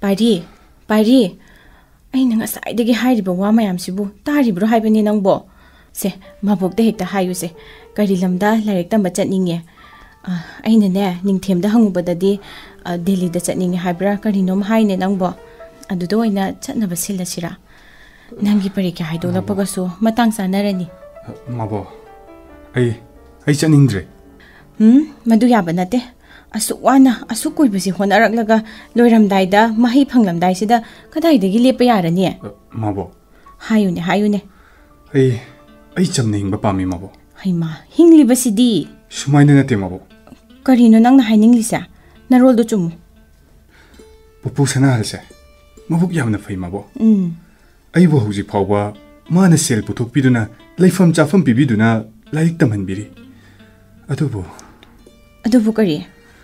ꯀꯔꯤ ꯇꯧꯔꯒꯦ ꯅꯪꯒꯤꯗꯤꯅꯦ ꯅꯔꯥꯏꯕꯛ ꯐꯕꯅꯤꯅꯦ ꯄꯥꯔꯤ ꯈꯨꯔꯥ ꯁꯅꯥ ꯑꯁꯤ ꯊꯦꯡꯅꯔꯝꯗ꯭ꯔꯕꯗꯤ ꯀꯔꯤ ꯑꯣꯏꯒꯅꯤ ꯅꯪꯒꯤ ꯄꯨꯟꯁꯤꯗꯣ ꯅꯪꯕꯨ ꯀꯥꯎꯔꯕ꯭ꯔꯣ ꯀꯣꯂꯦꯖꯇ ꯃꯤꯡ ꯆꯟꯅꯕꯒꯤ ꯁꯦꯜ ꯂꯩꯇꯗꯨꯅ ꯑꯩꯅ ꯈꯥ ꯋꯥꯡ ꯈꯪꯗꯅ ꯀꯣꯏꯆꯦꯟ ꯆꯦꯟꯈꯤꯕ ꯃꯤꯀꯨꯞꯇꯨꯗ ꯅꯠꯇ꯭ꯔꯥ ꯀꯣꯂꯦꯖꯇ ꯈꯨꯔꯥꯁꯤ ꯊꯦꯡꯅꯗꯨꯅ ꯅꯪꯕꯨ ꯅꯁꯛ ꯈꯪꯕꯤꯈꯤꯕ ꯃꯁꯥꯒꯤ ꯐꯨꯔꯤꯠ ꯈꯥꯎꯗꯒꯤ ꯁꯦꯜ ꯄꯨꯊꯣꯛꯄꯤ ꯅꯪꯒꯤ ನಮಿꯡ ꯆꯟꯕꯤꯈꯤꯕ ꯁꯤꯗꯁꯨ ꯅꯠꯇꯦ ꯅꯪꯕꯨ ꯏꯝꯐꯥꯜꯗ ꯂꯩꯍꯟꯗꯨꯅ ꯀꯣꯂꯦꯖꯇ ꯆꯍꯤ ꯀꯌꯥꯅꯣ ꯇꯝꯍꯟꯕꯤꯔꯛꯄ ꯁꯦꯜꯗ ꯅꯠꯇꯦ ꯃꯤꯅꯨꯡꯁꯤ ꯄꯨꯝꯕ ꯅꯐꯝꯗ ꯎꯠꯈꯤꯕꯅꯤ ꯍꯧꯖꯤꯛꯁꯨ ꯀꯣꯂꯦꯖ ꯇꯝꯕ ꯂꯣꯏꯔꯦ ꯃꯄꯥꯟ ꯂꯝ ꯊꯥꯗꯨꯅ ꯅꯪꯕꯨ ꯅꯍꯩ ꯃꯈꯥ ꯇꯝꯍꯟꯒꯅꯤ ꯍꯥꯏꯍꯧꯏ ꯁꯤꯗ ꯅꯪꯒꯤ ꯄꯦꯟꯗꯕ ꯀꯔꯤ ꯂꯩꯔꯤꯒꯦ ꯐꯔꯦ ꯂꯥꯏꯔꯤꯛꯇꯨ ꯃꯈꯥ ꯄꯥꯖꯔꯣ ꯄꯥꯔꯤ ꯄꯨꯟꯁꯤꯗꯅꯦ ꯑꯩꯅ ꯑꯄꯥꯝꯕ ꯄꯨꯝꯕ ꯐꯪꯒꯅꯤ ꯍꯥꯏꯕꯗꯨꯗꯤ ꯑꯣꯏꯊꯣꯛꯂꯣꯏ ꯀꯠꯊꯣꯛꯄ ꯌꯥꯎꯗꯅ ꯀꯔꯝꯅ ꯄꯨꯟꯁꯤꯁꯦ ꯃꯄꯨꯡ ꯐꯥꯒꯅꯤ ꯑꯩꯗꯤ ꯏꯆꯥ ꯊꯣꯏꯕꯤꯁꯦ ꯌꯥꯝꯅ ꯅꯨꯡꯁꯤꯖꯩ ꯃꯥ ꯂꯩꯔꯝꯕ ꯅꯪꯒꯤꯅꯦ ꯅꯔꯥꯏꯕꯛ ꯐꯕꯅꯤꯅꯦ ꯑꯗꯨꯅ ꯑꯇꯩ ꯋꯥꯈꯜ ꯏꯟꯊꯣꯛꯂꯒꯅꯦ ꯇꯣꯈꯥꯏꯅ ꯊꯝꯈꯣꯀꯣ ꯅꯪꯒꯤ ꯇꯨꯡꯒꯤ ꯄꯨꯟꯁꯤꯒꯤ ꯈꯟꯗꯨꯅ ꯈꯨꯔꯥ ꯁꯅꯥꯍꯜꯅ ꯍꯥꯏꯕ ꯈꯨꯗꯤꯡꯃꯛ ꯅꯪꯅ ꯏꯜꯂꯨ ꯍꯥꯟꯅꯁꯨ ꯍꯩꯈ꯭ꯔꯦ ꯑꯩꯅ ꯑꯗꯨꯅ ꯑꯇꯩ ꯋꯥꯈꯜ ꯏꯟꯊꯣꯛꯇꯨꯅ ꯇꯣꯈꯥꯏꯅ ꯊꯝꯈꯣ ꯅꯪꯒꯤ ꯇꯨꯡꯒꯤ ꯄꯨꯟꯁꯤꯒꯤ ꯈꯟꯗꯨꯅ ꯈꯨꯔꯥ ꯁꯅꯥꯍꯜꯅ ꯍꯥꯏꯕ ꯈꯨꯗꯤꯡꯃꯛ ꯅꯪꯅ ꯏꯟꯒꯗꯕꯅꯤ ꯍꯥꯟꯅꯁꯨ ꯍꯥꯏꯈ꯭ꯔꯦ ꯑꯩꯅ ꯏꯆꯥ ꯊꯣꯏꯕꯤꯕꯨ ꯂꯨꯅ ꯇꯧꯕꯤꯌꯨ ꯁꯤꯈꯛꯅꯤ ꯅꯪꯒꯤ ꯅꯊꯧ ꯐꯔꯦ ꯑꯩ ꯍꯟꯈ꯭ꯔꯒꯦꯀꯣ ꯄꯥꯔꯤ ꯁꯤ ꯀꯥꯎꯒꯅꯨ ꯅꯪꯒꯤꯅꯤ ꯍꯥꯏꯕꯗ ꯑꯩ ꯈꯛꯅꯤ ꯁꯪꯁꯥꯔꯁꯤꯗ ꯂꯩꯔꯤꯕ ꯌꯦꯡꯉꯣ ꯑꯩꯁꯦ ꯅꯪꯒꯤ ꯃꯕꯨꯛꯇ ꯃꯨꯟꯅ ꯌꯦꯡꯉꯣ ꯁꯤꯀꯤ ꯄꯛꯇ꯭ꯔꯕꯤ ꯅꯣꯡꯃꯒꯤ ꯑꯐꯪ ꯆꯥꯗꯨꯅ ꯃꯤꯒꯤ ꯃꯌꯨꯝꯗ ꯁꯩꯗꯥꯡꯗꯨꯅ ꯂꯩꯔꯤꯕꯤ ꯑꯩꯅ ꯅꯪꯅ ꯑꯆꯧꯕ ꯃꯤ ꯑꯃ ꯑꯣꯏꯔꯛꯄ ꯃꯤꯀꯨꯞꯇꯣ ꯃꯗꯨ ꯈꯛꯅꯤ ꯈꯧꯔꯥꯡꯅ ꯉꯥꯏꯗꯨꯅ ꯂꯩꯔꯤꯕ ꯅꯪꯒꯤ ꯑꯁꯥꯗꯅꯦ ꯃꯕꯣꯛꯅ ꯍꯤꯡꯂꯤꯕꯁꯦ ꯁꯤꯈꯛ ꯀꯥꯎꯒꯅꯨ ꯗꯦꯜꯂꯤꯗ ꯆꯠꯅꯕꯒꯤ ꯋꯥꯗꯣ ꯑꯩ ꯈꯨꯔꯥꯗ ꯍꯧꯗꯣꯛꯂꯝꯃꯒꯦ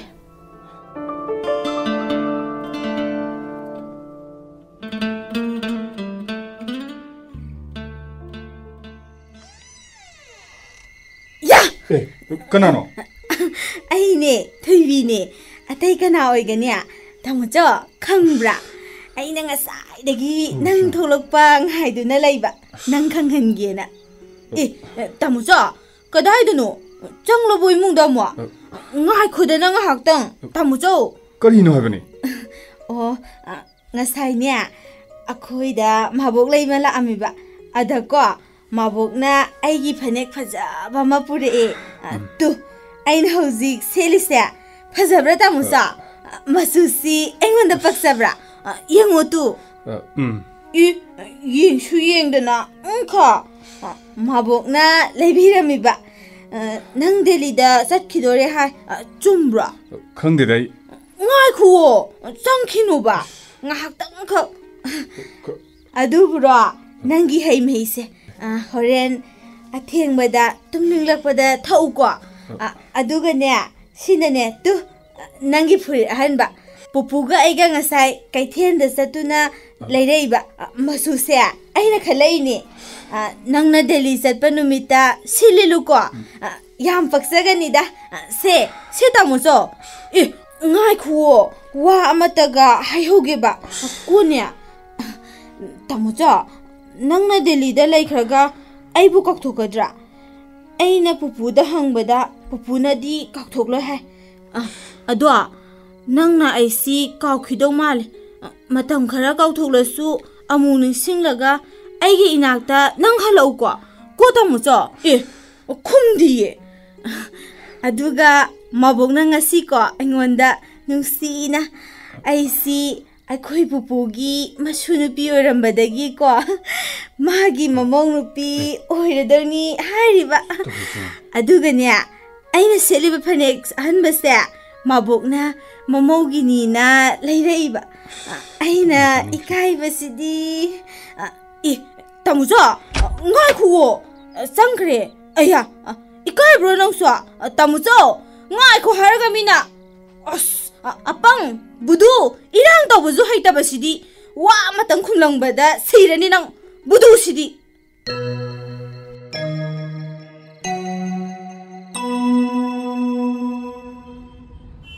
pare kadai dena khoi chali ba sibo ha gari da pungtaw da thoi pakam da khame thene thene ba mi khoding da mun na mun yengi kari no ni jing li budu ha ꯀꯔꯤꯅꯣ ꯅꯪꯅ ꯊꯤꯔꯤꯕꯗꯣ ꯊꯦꯝꯕ ꯀꯣꯏꯕ ꯂꯥꯛꯏꯕꯅꯤ ꯑꯩꯈꯣꯏꯒꯤꯁꯦ ꯅꯪꯁꯤꯗꯤ ꯋꯥ ꯑꯣꯟꯊꯣꯛꯅ ꯉꯥꯡꯈ꯭ꯔꯦ ꯇꯨꯃꯤꯟꯅ ꯀꯣꯛꯐꯝꯃꯨ ꯂꯩꯕꯥꯛ ꯏꯔꯥꯡ ꯃꯔꯛꯁꯤꯗ ꯀꯣꯏꯕ ꯆꯠꯂꯤꯕ ꯀꯣꯏꯕꯕꯨ ꯂꯝꯕꯤꯁꯤꯗ ꯒꯥꯔꯤ ꯍꯟꯒꯠ ꯍꯟꯗꯥ ꯊꯧꯅꯕ꯭ꯔꯣ ꯊꯥꯎꯗꯣ ꯄꯥꯝꯃꯨꯗ꯭ꯔꯥ ꯍꯥꯏꯕꯅꯤ ꯅꯪꯕꯣ ꯊꯦꯝꯕ ꯏꯔꯥꯡꯁꯦ ꯂꯣꯏꯕ ꯅꯥꯏꯈꯤꯔꯣꯏ ꯑꯍꯧꯕ ꯑꯔꯣꯏꯕ ꯅꯥꯏꯗꯦ ꯍꯥꯏꯕꯗꯨꯅꯤꯗ ꯊꯦꯝꯕ ꯑꯣ ꯑꯗꯨꯅꯅꯦ ꯂꯩꯕꯥꯛꯀꯤ ꯀꯥꯟꯅꯅꯕ ꯇꯧꯁꯦꯕ ꯒꯥꯔꯤꯗꯣ ꯊꯥꯎ ꯄꯥꯝꯃꯣꯏ ꯁꯦ ꯌꯨꯝꯗ ꯍꯜꯂꯁꯤ ꯂꯥꯛꯑꯣꯁꯦ ꯑꯁ ꯍꯜꯂꯗꯧꯅꯦꯃꯤ ꯊꯦꯝꯕ ꯅꯪꯕꯣ ꯄꯥꯔꯦ ꯃꯕꯣꯛꯇꯣ ꯌꯨꯝ ꯑꯅꯧꯕꯗꯨꯗ ꯂꯩꯕꯗꯨꯗ ꯌꯥꯝꯅ ꯍꯔꯥꯎꯍꯣꯏꯕꯣ ꯍꯌꯦꯡ ꯅꯨꯄꯤꯒ ꯊꯤꯔꯒ ꯃꯕꯣꯛꯁꯦ ꯋꯥꯍꯟꯕ ꯌꯥꯔꯣꯏꯀꯣ ꯑꯩꯕꯨ ꯅꯪꯉꯣꯟꯗ ꯃꯕꯣꯛꯁꯦ ꯋꯥꯍꯟꯒꯅꯤ ꯀꯥꯏꯅꯒ ꯍꯥꯏꯈꯤꯕ ꯌꯥꯎꯔꯕ꯭ꯔꯥꯅꯦ ꯅꯪꯁꯦ ꯅꯨꯄꯤꯅ ꯉꯝꯗꯧ ꯃꯥꯟꯕ ꯃꯣꯂꯤ ꯃꯣꯂꯤ ꯅꯨꯄꯤꯅꯕꯨ ꯍꯥꯏꯔꯗꯤ ꯌꯥꯅꯤ ꯌꯥꯅꯤ ꯐꯅꯤ ꯐꯅꯤ ꯍꯥꯏꯗꯨꯅꯅꯦ ꯍꯦꯛꯇ ꯆꯤꯡꯒꯤꯗꯧ ꯃꯥꯟꯕ ꯅꯪꯁꯦ ꯑꯁ ꯅꯨꯡꯉꯥꯏꯈꯤꯗ꯭ꯔꯦꯗ ꯊꯦꯝꯕ ꯅꯪꯁꯦ ꯑꯣꯟꯊꯣꯛꯅ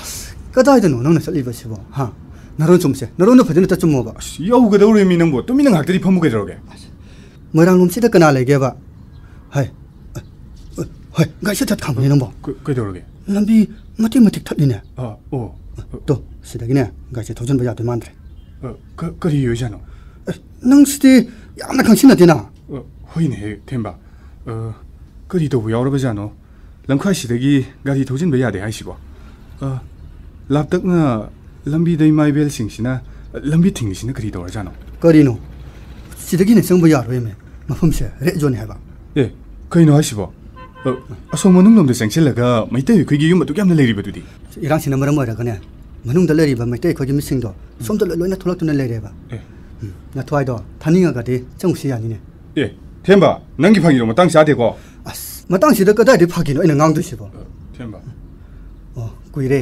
ꯍꯧꯈꯤꯕ ꯃꯦ ꯊꯥꯒꯤ ꯇꯥꯔꯤꯛ 3ꯗ ꯊꯣꯛꯈꯤꯕ ꯏꯔꯥꯡꯗꯨꯅꯅꯦ ꯆꯨꯔꯆꯥꯟꯄꯨꯔ ꯃꯅꯨꯡꯗ ꯂꯩꯔꯤꯕ ꯃꯩꯇꯩ ꯑꯩꯈꯣꯏꯒꯤ ꯌꯨꯝ ꯂꯣꯏꯅꯃꯛ ꯃꯨꯠꯍꯟꯈ꯭ꯔꯦ ꯀꯅꯥꯁꯨ ꯃꯐꯝꯗ ꯆꯪꯉꯨꯗ꯭ꯔꯦ ꯐꯥꯒꯤ ꯅꯠꯇꯦ ꯃꯥꯁꯨ ꯅꯪꯕꯣ ꯑꯗꯣ ꯊꯣꯏꯕꯤꯗꯤ ꯑꯁ ꯀꯗꯣꯝꯗꯒꯤ ꯊꯣꯏꯕꯤꯅꯣ ꯅꯪꯅ ꯑꯃꯨꯛ ꯀꯣꯠꯁꯤꯜꯂꯛꯏꯁꯤꯕꯣ ꯑꯁ ꯌꯥꯔꯦ ꯋꯥꯔꯤ ꯉꯥꯡꯉꯅꯨꯕ ꯅꯪꯕꯣ ꯊꯣꯏꯕꯤ ꯍꯣꯏꯒꯤ ꯃꯌꯨꯝ ꯑꯩꯅ ꯅꯍꯥꯟꯋꯥꯏ ꯊꯥꯏꯅ ꯂꯩꯔꯝꯕꯗꯣ ꯑꯗꯨꯁꯨ ꯁꯣꯂꯣꯝꯗ ꯂꯩꯔꯤꯗꯨꯗꯤ ꯍꯣꯏꯅꯦ ꯑꯩꯗꯤ ꯈꯟꯕ ꯈꯜꯂꯨꯗꯦ ꯆꯨꯝꯃꯤꯅꯦ ꯅꯪꯅ ꯍꯥꯏꯔꯛꯂꯒ ꯅꯤꯡꯁꯤꯡꯂꯛꯂꯦ ꯊꯣꯏꯕꯤ ꯍꯣꯏꯒꯤ ꯌꯨꯝꯁꯨ ꯁꯤꯗ ꯆꯪꯂꯒ ꯂꯩꯕꯅꯦ ꯁꯤꯅ ꯇꯥꯛꯄꯗꯤ ꯃꯈꯣꯏꯒꯤ ꯌꯨꯝꯁꯨ ꯑꯩꯅ ꯈꯜꯂꯤꯁꯤꯕꯨ ꯆꯨꯝꯂꯗ꯭ꯔꯥꯅꯦ ꯉꯥꯏꯈꯣ ꯑꯩꯅ ꯑꯁꯤꯗ ꯂꯝꯕꯤ ꯊꯠꯂꯒ ꯂꯩꯔꯤꯕ ꯏꯃꯥ ꯏꯕꯦꯟꯁꯤꯡꯁꯦ ꯑꯁꯤꯗ ꯑꯩ ꯑꯝꯇ ꯍꯪꯒꯦ ꯅꯪ ꯉꯥꯏꯍꯥꯛ ꯂꯩꯔꯝꯃꯨꯀꯣ ꯍꯣꯏ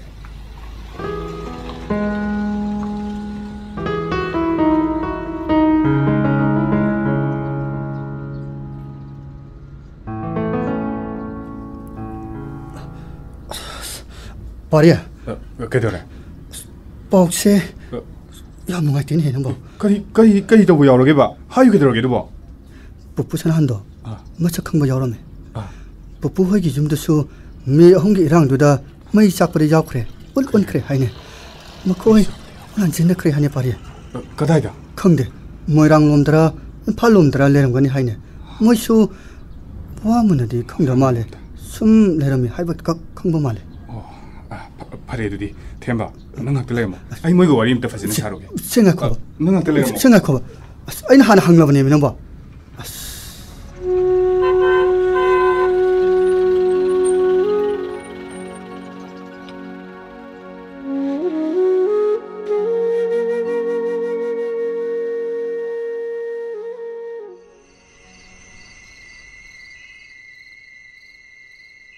ꯄꯥꯔꯤꯌꯥ ꯆꯥꯛꯁꯦ ꯈꯔ ꯆꯥꯊꯣꯛꯁꯤꯅꯦ ꯅꯪꯕꯣ ꯎꯪꯗꯅ ꯁꯨꯝ ꯂꯩꯕꯁꯤꯕꯨ ꯀꯔꯤꯅꯣꯃꯤ ꯅꯪꯕꯣ ꯁꯨꯇꯤ ꯍꯞꯇꯥꯃꯨꯛ ꯐꯪꯂꯤꯉꯩꯁꯤꯗꯅꯦ ꯅꯁꯥꯗꯣ ꯈꯔ ꯄꯣꯊꯥꯎꯅꯦꯍꯦ ꯑꯗꯨꯃꯥꯏꯅ ꯁꯨꯝ ꯂꯩꯔꯗꯤꯅꯦ ꯃꯕꯣꯛ ꯌꯦꯡꯕ ꯅꯨꯡꯉꯥꯏꯇꯦ ꯅꯪꯕꯣ ꯃꯕꯣ ꯑꯩ ꯀꯩꯁꯨ ꯇꯧꯗꯦꯗ ꯀꯔꯤ ꯌꯦꯟꯁꯥꯡ ꯊꯣꯡꯒꯦ ꯑꯩꯈꯣꯏꯒꯤ ꯅꯪꯅ ꯄꯥꯝꯖꯕ ꯀꯥꯡꯁꯣꯏꯗꯣ ꯍꯥꯎꯅ ꯊꯣꯡꯉꯝꯕꯅꯦ ꯀꯥꯡꯍꯧ ꯑꯃꯁꯨ ꯌꯥꯍꯧꯋꯦ ꯑꯗꯨꯒꯅꯦ ꯏꯕꯥꯅꯤ ꯋꯥ ꯑꯃꯁꯨ ꯇꯥꯟꯅꯁꯤ ꯍꯣꯏ ꯃꯕꯣ ꯑꯗꯣ ꯃꯕꯣ ꯄꯨꯄꯨ ꯁꯅꯥꯍꯜꯗꯨꯕꯨ ꯀꯝꯗꯧꯈ꯭ꯔꯒꯦ ꯈꯪꯗꯦꯅꯦ ꯀꯨꯏꯔꯦꯗ ꯆꯍꯤ 10 ꯍꯦꯜꯂꯦ ꯎꯅꯈꯤꯗꯕ ꯈꯨꯔꯥꯗꯨꯕꯨ ꯄꯪꯂꯩ ꯂꯩꯔꯝꯒꯅꯤꯗ ꯑꯗꯣ ꯊꯣꯏꯕꯤꯗꯤ ꯃꯄꯨꯒꯤ ꯃꯅꯥꯛꯇ ꯂꯩꯔꯝꯒꯅꯤꯌꯦ ꯃꯌꯨꯝꯗ ꯅꯣꯡꯃ ꯆꯠꯂꯨꯁꯤ ꯍꯥꯏꯕ꯭ꯔꯣ ꯃꯣꯏꯅ ꯑꯩꯈꯣꯏꯒꯤ ꯏꯇꯦꯡ ꯑꯗꯨꯛ ꯄꯥꯡꯕꯤꯈꯤꯕꯅꯦ ꯍꯧꯖꯤꯛꯇꯤꯅꯦ ꯃꯈꯣꯏꯅ ꯀꯔꯤ ꯋꯥꯠꯂꯤ ꯑꯩꯈꯣꯏꯅ ꯌꯦꯡꯁꯤꯟꯐꯝ ꯊꯣꯛꯄꯅꯤꯅꯦ ꯃꯕꯨꯛ ꯃꯄꯥꯎꯁꯨ ꯌꯥꯝꯅ ꯐꯕꯅꯤ ꯈꯨꯔꯥꯗꯣ ꯃꯕꯣ ꯍꯥꯏꯌꯨꯅꯦ ꯄꯨꯄꯨ ꯍꯣꯏꯒꯤ ꯃꯌꯨꯝꯗꯣ ꯂꯩꯇ꯭ꯔꯦ ꯍꯥꯏꯅ ꯄꯥꯎ ꯇꯥꯏꯌꯦ ꯃꯕꯣ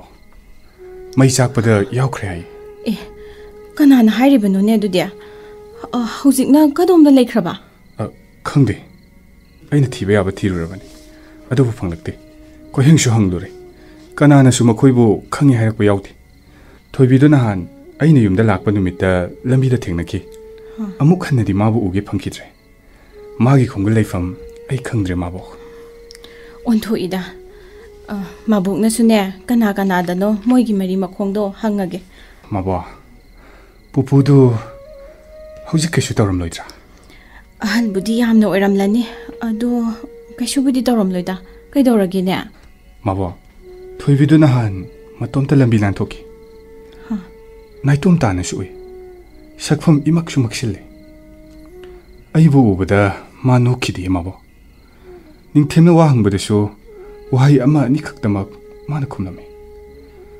ꯃꯣꯃꯣꯠꯇ ꯅꯣꯛꯇꯨꯅ ꯂꯩꯕꯤ ꯃꯥꯅ ꯅꯨꯃꯤꯠꯇꯨꯗꯗꯤ ꯅꯣꯛꯂꯝꯗꯦ ꯃꯕꯣꯛ ꯐꯔꯦꯁꯦ ꯑꯩꯈꯣꯏꯅꯅꯦ ꯐꯪꯅꯕ ꯊꯤꯔꯒ ꯂꯣꯏꯔꯦ ꯂꯥꯛꯑꯣ ꯆꯥꯛꯁꯦ ꯁꯥꯔꯤꯀꯥꯟꯗꯅꯦ ꯈꯔ ꯆꯥꯊꯣꯛꯎꯁꯤ ꯅꯤꯡꯊꯦꯝꯁꯨꯅꯦ ꯍꯌꯦꯡ ꯉꯟꯇꯥ ꯂꯥꯛꯀꯅꯤ ꯍꯥꯏꯍꯧꯕꯅꯦ ꯑꯗꯨꯒ ꯄꯥꯔꯤ ꯃꯕꯣꯛ ꯆꯍꯤ ꯃꯇꯥꯡꯁꯨ ꯍꯦꯟꯈꯤꯗꯧꯔꯦ ꯃꯕꯣꯛꯁꯨꯅꯦ ꯑꯍꯜ ꯑꯣꯏꯔꯦ ꯅꯪꯕꯨ ꯋꯥꯈꯜ ꯈꯤꯇꯪꯗꯤ ꯇꯥꯔꯨꯃꯦ ꯃꯕꯣꯛ ꯏꯃꯧ ꯑꯃ ꯌꯦꯡꯅꯕ ꯇꯧꯔꯁꯤ ꯍꯥꯏꯕꯕꯨ ꯁꯦ ꯃꯕꯣꯛꯇ ꯁꯦꯡꯅ ꯍꯥꯏꯌꯨꯁꯦ ꯅꯪꯅꯅꯦ ꯍꯥꯟꯅ ꯈꯣꯏꯗꯥꯖꯕꯤ ꯅꯪꯒꯤ ꯈꯪꯅꯕꯒ ꯂꯩꯕ꯭ꯔꯥꯃꯤ ꯃꯕꯣꯛ ꯂꯩꯇ꯭ꯔꯒꯅꯅꯦ ꯅꯪ ꯑꯩꯇꯅꯤ ꯁꯦꯒ ꯃꯥꯏꯒ ꯇꯥꯟꯅꯔꯒ ꯊꯕꯛ ꯄꯨꯝꯕ ꯁꯤꯟꯁꯤ ꯑꯄꯥꯝꯕꯗ ꯈꯜꯂꯨ ꯅꯈꯨꯠ ꯊꯤꯜꯂꯣ ꯍꯧꯖꯤꯛꯇꯤꯅꯦ ꯅꯪ ꯃꯇꯤꯛ ꯆꯥꯔꯦ ꯏꯃꯧ ꯍꯥꯏꯕ ꯆꯠꯂꯨꯗꯣꯏꯅꯦ ꯑꯩꯅ ꯃꯕꯣꯛ ꯃꯇꯥꯡ ꯊꯣꯛꯅ ꯆꯥꯗꯦꯗ ꯃꯕꯣꯛꯁꯤꯗꯤ ꯍꯩꯃꯥ ꯂꯥꯏꯔꯤꯛ ꯍꯥꯏꯗꯅ ꯆꯍꯤ ꯀꯌꯥꯅꯣ ꯍꯧꯈ꯭ꯔꯦ ꯍꯧꯖꯤꯛꯇꯤ ꯅꯪ ꯊꯕꯛ ꯐꯪꯂꯦ ꯆꯍꯤ 3-4 ꯍꯦꯟꯅ ꯅꯪ ꯃꯄꯥꯟ ꯂꯝꯗ ꯊꯕꯛ ꯄꯣꯁꯇꯤꯡ ꯇꯥꯔꯤꯕꯅꯤ ꯍꯥꯏꯗꯨꯅ ꯂꯩꯊꯣꯛꯈ꯭ꯔꯦ ꯍꯧꯖꯤꯛꯇꯤꯅꯦ ꯊꯕꯛꯁꯨ ꯃꯅꯤꯄꯨꯔꯗ ꯇꯥꯔꯕꯅꯤꯅ ꯆꯍꯤꯁꯨ ꯌꯧꯔꯦꯅꯦ ꯅꯪꯕꯣ ꯅꯠꯇꯦ ꯅꯪꯕꯨ 30ꯒ ꯍꯦꯜꯂꯝꯃꯅꯤꯗ ꯑꯗꯨꯅꯅꯦ ꯑꯃꯨꯛ ꯀꯣꯊꯔꯒ ꯀꯩꯗꯧꯅꯤ ꯂꯩꯕꯥꯛꯀꯤ ꯏꯔꯥꯡꯅꯒ ꯀꯟꯕꯅꯦ ꯃꯕꯣꯛ ꯑꯩ ꯃꯥꯕꯨ ꯊꯤꯈꯤꯒꯦꯕ ꯀꯅꯥꯅꯣ ꯀꯅꯥ ꯑꯣꯏꯒꯅꯤ ꯃꯕꯣꯛ ꯃꯥꯕꯨꯅꯤ ꯅꯃꯧꯕꯨꯅꯤ ꯂꯩꯗꯤ ꯂꯩꯕꯣꯏꯔꯦꯀꯣ ꯑꯩꯅꯗꯤ ꯅꯤꯡꯊꯦꯝꯗ ꯍꯪꯂꯨꯕꯅꯤ ꯂꯩꯇꯦ ꯍꯥꯏꯅꯦ ꯃꯥꯅꯗꯤ ꯅꯪꯗꯤ ꯅꯥꯔꯣꯟꯗ ꯑꯃ ꯂꯩꯔꯝꯂꯤꯔꯣ ꯍꯥꯏꯁꯦ ꯂꯥꯛꯑꯣ ꯃꯁꯤꯗꯤꯕ ꯊꯣꯏꯕꯤ ꯅꯪꯕꯨ ꯀꯗꯥꯏꯗ ꯂꯩꯕꯒꯦ ꯃꯐꯝ ꯈꯨꯗꯤꯡ ꯅꯪꯕꯨ ꯑꯩꯅ ꯊꯤꯔꯨꯔꯦ ꯅꯪꯗꯤ ꯀꯗꯥꯏ ꯅꯣꯛꯇꯨꯅꯇ ꯂꯩꯕꯤ ꯅꯪꯅꯤ ꯑꯗꯨꯒ ꯀꯔꯤꯒꯤ ꯑꯩꯕꯨ ꯎꯔꯒ ꯅꯪꯅ ꯅꯣꯛꯈꯤꯗꯦ ꯋꯥꯍꯪꯁꯤ ꯈꯛꯇꯅ ꯑꯩꯕꯨ ꯑꯁꯨꯛ ꯑꯣꯠꯄꯀꯣ ꯑꯩꯅ ꯅꯪꯒꯤ ꯃꯤꯅꯣꯛ ꯄꯨꯝꯕ ꯃꯨꯟꯈ꯭ꯔꯕꯔꯥ ꯄꯨꯄꯨꯅ ꯀꯝꯗꯧꯕ ꯄꯨꯄꯨꯅ ꯂꯩꯔꯝꯗ꯭ꯔꯒꯅ ꯅꯪꯅ ꯀꯗꯣꯝꯗ ꯊꯣꯏꯕꯤ ꯌꯦꯡꯂꯨꯕ ꯃꯥꯏꯀꯩ ꯈꯨꯗꯤꯡ ꯉꯁꯤꯗꯤ ꯑꯩꯅ ꯅꯪꯕꯨ ꯊꯤꯔꯤꯌꯦ ꯇꯥꯔꯨꯕ ꯋꯥꯍꯩ ꯈꯨꯗꯤꯡ ꯅꯪꯒꯤ ꯈꯣꯟꯖꯦꯜꯂꯥ ꯍꯥꯏꯅ ꯇꯨꯡ ꯍꯟꯅ ꯌꯦꯡꯂꯨꯏ ꯑꯗꯨꯕꯨ ꯅꯪꯗꯤ ꯀꯗꯥꯏ ꯊꯣꯏꯕꯤ ꯅꯪꯕꯨ ꯀꯗꯥꯏꯗ ꯂꯩꯕꯒꯦ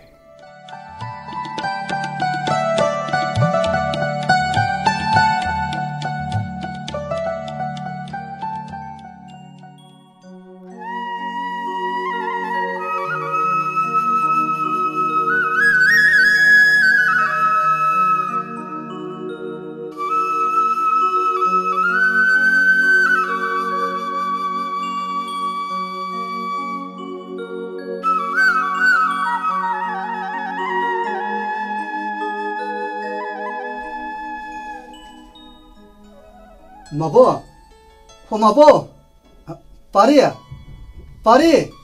Haima, Ningthem, Laedanana, Mabo, Kauduna later sune, cook some low yadro numbo, Paris of good crabany, Long Ninambo, Wasiam Luri happening.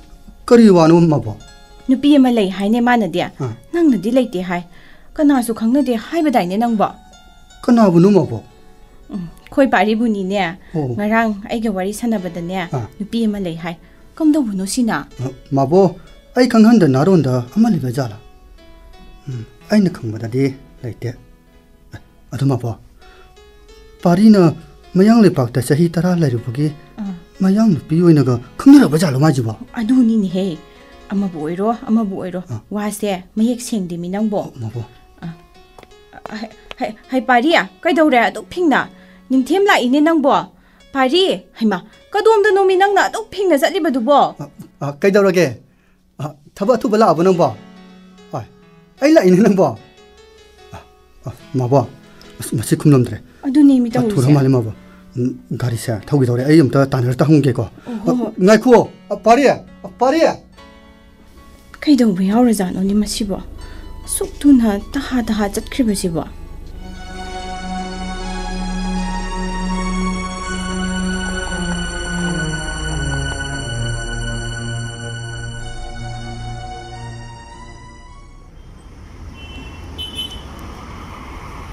hai kari nang tu ba lambi achin bachida kai duwa ya kan thoi tu nang ba hai pariya kai do biaw ke nang ba kai no na tumina sumlari si ba pariya Themba mabu phangde kana ba kari phang la gya che kana hoi gani ai na thi bo ma na tana kana hoi doino thoibi do phang le ba amu ma gi thoibi je hawra ni to kai lai chang ke nang ba ha thain maning phau ba pan ba ya da ba nang na hawjing na mikuk khuding thoibi nate kamdong na phangli ba ha kamdong na phangli ba no ba achuk koi ba se mafang khuding ma gi mari makhong phang ba di lai traga se tu si phone si de yong kari no yengu ne video ma te ni ne nate sida kari yengu ha ba nai ba ha mayam du gi maruk tu ne thoibi su yaw bani Themba muni yengu ke doroge ai shu hoji khak tu urak bani mabu pau yeng lu bada video ma tek to thengna rak bani fingo sepi mayam du gi maruk tu da mamit mamai pom du na awa ba gi mai thong pu du na thoibi da masa ta sin du na tumin na fam du na leiri ba do nang bu da bra hai ba Themba ka dai no phingno lo na che le iman ma loi na ma ne karam no se ba muni yengu ke doroge sida phang sina tra ha male yengu mani ne sidi akoi thebe ne kari longi paunu sida nambol kai thinda ngarang phongki badarna ne mana nambolom sida kamaina leram liba nambol kai thinda ma ngarang la ame anak pada ma soidana leram gani Themba ngarang ma kap khibani amukta su aina magi manakta leiningai matam aduda magi mamitagi mapita ba ai nongmuta su ukide adubu ngarang di mayam maraktuda ma tuminna phamduna kapki kanana su mabu thimjin bikide kada de kapliba munam te yengese yengo kapini Themba thabini matom ta mamai luk thana kapini as onto na nungai khidreda dada yong them haiduna aibu na ba khoding maya hi gat lekhiba do Themba ngarang de ma kap khraba nati pupu su yaw bu de ngarang so ma maya marak ta matom ta lere ma ba kam dok na no sibo Themba ai mabu kau thok lore anam kan bai gi tawsina mabu kau thok lore Themba pare mabu mirai rore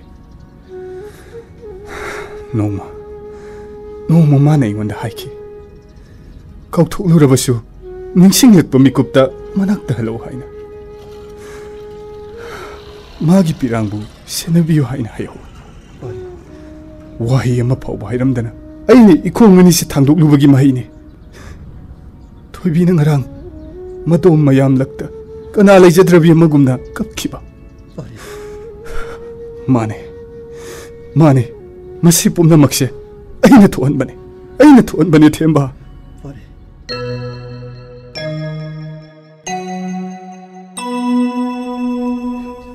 pare karam kana chakadore ba ha lefam jafong ga loina chinba lore habane popusana hanse thaina college ko jaw ramidana alda maga khangna ba chhatra mana nangna delhi de hek thungla baga nambungai dona lerang bani habane popu ga iga wari sana rokna bani ko mai khet jaw bro Themba kaino yaw budi yawe sene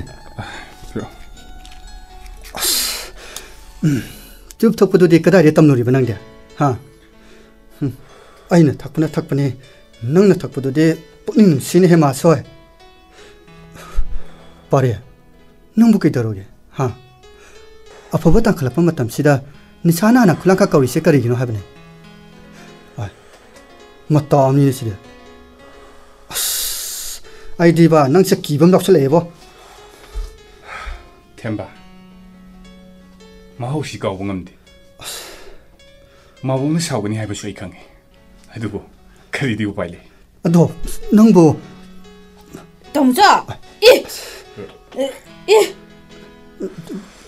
ꯊꯣꯏꯕꯤ ꯑꯁ ꯉꯥꯏꯈꯣꯁꯦ ꯂꯥꯛꯑꯣ ꯂꯥꯛꯑꯣꯁꯦ ꯁꯣꯝꯗ ꯑꯩꯅꯅꯦ ꯅꯪꯒꯤ ꯃꯤꯊꯥꯏ ꯂꯩꯕꯤꯗꯣꯏꯅꯦꯕꯁꯦ ꯁꯤꯗ ꯂꯥꯛꯑꯣꯕꯁꯦ ꯑꯩꯌꯥ ꯑꯩꯒꯤ ꯅꯨꯄꯥꯁꯤ ꯆꯨꯔꯨꯞꯀ ꯊꯛꯑꯦ ꯀꯅꯥꯅ ꯑꯗꯨ ꯊꯛꯑꯣ ꯍꯥꯏ ꯄꯨꯄꯨꯗ ꯍꯥꯏꯗꯣꯛꯎꯔꯥ ꯍꯧꯖꯤꯛꯃꯛ ꯂꯦꯞꯄꯨ ꯂꯦꯞꯇꯤꯌꯦ ꯌꯦꯡꯉꯣ ꯑꯩꯉꯣꯟꯗ ꯑꯩꯅ ꯍꯥꯏꯔꯤꯁꯤ ꯇꯥꯗ꯭ꯔꯣ ꯇꯥꯃꯣꯆꯥ ꯆꯨꯔꯨꯞꯇꯨ ꯊꯛꯄ ꯂꯦꯞꯄꯨ ꯅꯠꯇ꯭ꯔꯗꯤ ꯄꯨꯄꯨꯗ ꯍꯥꯏꯗꯣꯛꯀꯅꯤ ꯑꯩꯅ ꯍꯥꯏ ꯊꯣꯏꯕꯤ ꯊꯛꯄ ꯅꯠꯇꯦꯃꯤ ꯅꯪꯕꯣ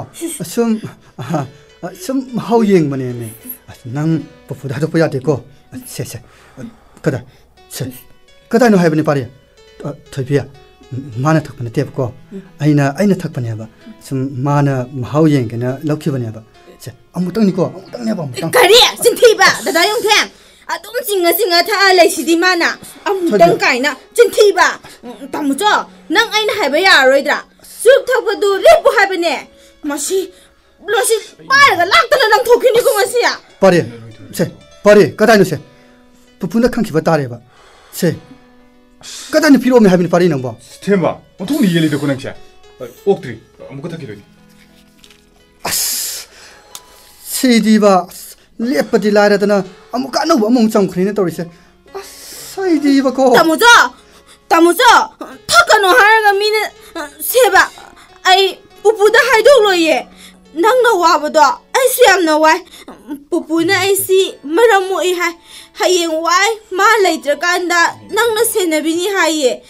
ꯅꯪꯅ ꯑꯗꯨꯃꯥꯏꯅ ꯅꯤꯁꯥ ꯁꯤꯖꯤꯟꯅꯕ ꯍꯧꯔꯒ ꯑꯩꯅ ꯅꯨꯡꯉꯥꯏꯔꯝꯅꯤ ꯈꯟꯕ꯭ꯔꯥ ꯇꯥꯃꯣꯆꯥ ꯅꯪꯁꯦ ꯊꯛꯄ ꯂꯦꯞꯄꯣ ꯁꯦ ꯂꯣꯏꯔꯦ ꯊꯣꯏꯕꯤ ꯑꯁꯤꯅꯅꯦ ꯂꯣꯏꯔꯕꯅꯦꯕ ꯁꯦ ꯑꯃꯨꯛꯇꯪꯅꯤꯀꯣ ꯁꯦ ꯗꯗꯥ ꯋꯥ ꯍꯥꯏꯒꯦ ꯗꯗꯥꯅ ꯍꯥꯏꯕ ꯏꯜꯂꯨꯀꯣ ꯅꯪ ꯄꯨꯄꯨꯗ ꯁꯨꯡꯍꯥꯏ ꯍꯥꯏꯗꯣꯛꯄ ꯌꯥꯗꯦꯀꯣ ꯅꯪ 이젠 되게 마람 양목빈이다. 아스 빠래. 카이 너무 망치다. 낭 시대바 뭐까지 안 너무 뭉친 칼크레터 있어. 콩니는 부부다 하이도니 아이나 오지마 부팠다 미나 하이바 와 아무데도 다다바 낭기 파나바 하이바니 아두고 마나 아둠 주루가 탁가가 레이냐 나나도 빵브라 미나 와 하이리시 다다브라 다신나다바가 수사이 아두 탁라누 다무자 아두 탁라누 하이바니 전토비야 전토비야 강니 낭나라 뭐 전토비야 너무 떠날 코미는 뭐 đi vào cô bà đi cái đâu rồi nghe mẹ phụ đồng tổng thầu khơi tàu xiong nang phải nhớ bạn nang chỉ là cái tàn thục bira nhé bạn Delhi set đi lại ra đây nè lấy phim pháo lấy từ đó nang khăng vào bạn bao tầm vật chất khơi tàu xí nang bom tới khám cho nên nang bỏ bao tầm cái sự tầm gì sao chụp xin này mà hao lấy nang có nang ai cứ ta xin cái nang ngang xe ai không ta khám một cái thôi bia 더비 숨 닥친 것이디 유럽시수 카이네 락다늘랑 독하가 파동해 탁게는 타 이번에 쇼 날 까타데 마코인 사나닝 뭐 몽데 사나봐야봐 애기 분시라 마콧 베는 사나리 어두나 슈럽슈 탁기 하는 탁 이번에 아이 오직게 되고니 아이 닝땀 바빠미 아이 오직게 되고니 아이 오직게 되고니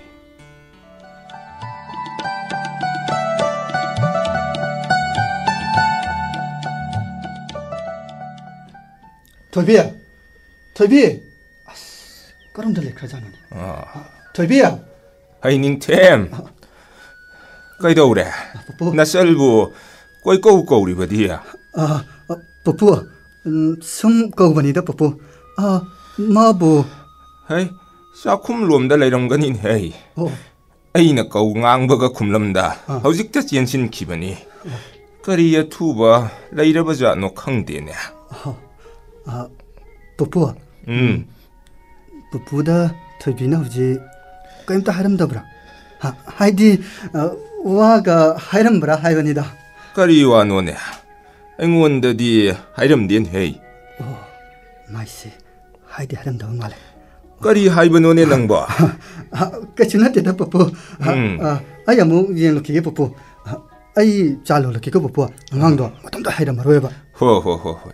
아 닝템. 나이콘 헤이. 파리부네. 미람더 틴버도 낭수 야오거더구니꼬. 호이 뽀뽀. 마탕 타다 신크라버니. 플라이트 티켓 가수 로이나 깎라버니. 노이나네 나하 하이도 토이. 미싱 나싱바 하이버두수 오이레도. 뿌뿌디 이샤시수 쇼레. 아두나네 낭기 마루 파리셰. 마펌마도 파와 낭나 카라틴 비유꼬. 파니 뿌뿌. 뽀뽀 록 좀 쿠버시 꾸이래 아무것도 독터에 찰라가 잉우시 하이바보 닝탐 다 짱락박이니다 슈 떠고 났대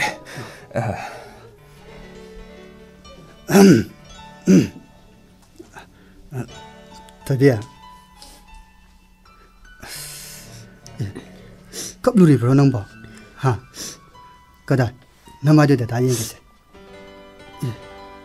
컵누리 말리니 마밋가세 인강강도나 보이나 봄리네 떠리세 더비야 세 나다나네 사지 하오는 런비게 저비고 좀 마람 목빈이 있던데 나다나네 하여 잡고 ям 레비도니 강아봐 아이는 하이버 일로고 난 부부도 혹시도 소이 해독해야 되고 세 너도 뭐 정나네 하이리바 아무 하나 쭉 덕절하러 마야는 란자리 또 하비요나 하이리브네 앵원다 마디 이까이리 오히려바 하이로가쇼 이밍팡 농부터 고비다바 마나 라리까이나 수룹 턱바 니사자바다 터비야 땀나 왕왕오미 넘바 뽀뽀다키니 하이바 세 나다나냐 자 하오는 런비도이니세 이전 터비디 마라목비니다 세 아이 여비게고 여비로가쇼 사세 숨론자게 하이제 아이로이나 제 아이 머팅 빵비게 하이와네 제 나 똥도 와네 미nom바 와디에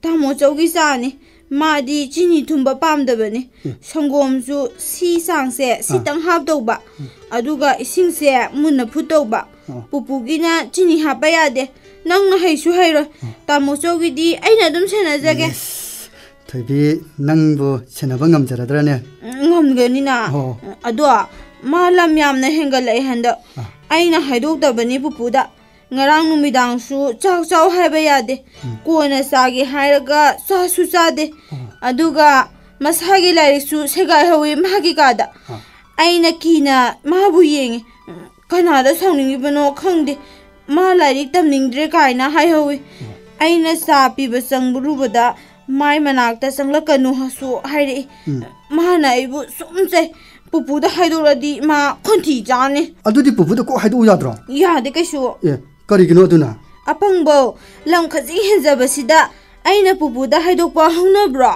मादि मरम मोकपनि ज्ञान ताबनि अदुना सोयक्रसु मतोमदा सेमदोसगनि पुपुना मासैबदु आइ येंबा ngमलोये अखोय थैबिसि वाखन जावना ताइना ताददिया पुपुना अखांग कंबि OYO हाय थबा अमा तौद्रिकान वाखल हाना मुना खलुना जो हाय अदुगिने सुम खलमिनि लारि हैट्रसु परीक्षा fail ओरसु अदु भौदी खंग तमो चौना वारगा आइ हेना वाय हो मरम मुक्पी चादु कदा माउ येंगिसे से ददायों थेम असा पोसे सुपु खरो नंगना लोलकपा सानी हायो आइना लोलकपनि हाइदोकबा यादेको अदुना करिगिनो अपंगबा असिफाव खंगदेने आइना लोलकपा सानी हाइरदि तमो चौना थकपिउ यारोय अदुगिनि अथोकपनि त थैबि नंसा पुपु पुपु सा थक्से पुपु करी मतौनो सिदे करमना तौरी सिदे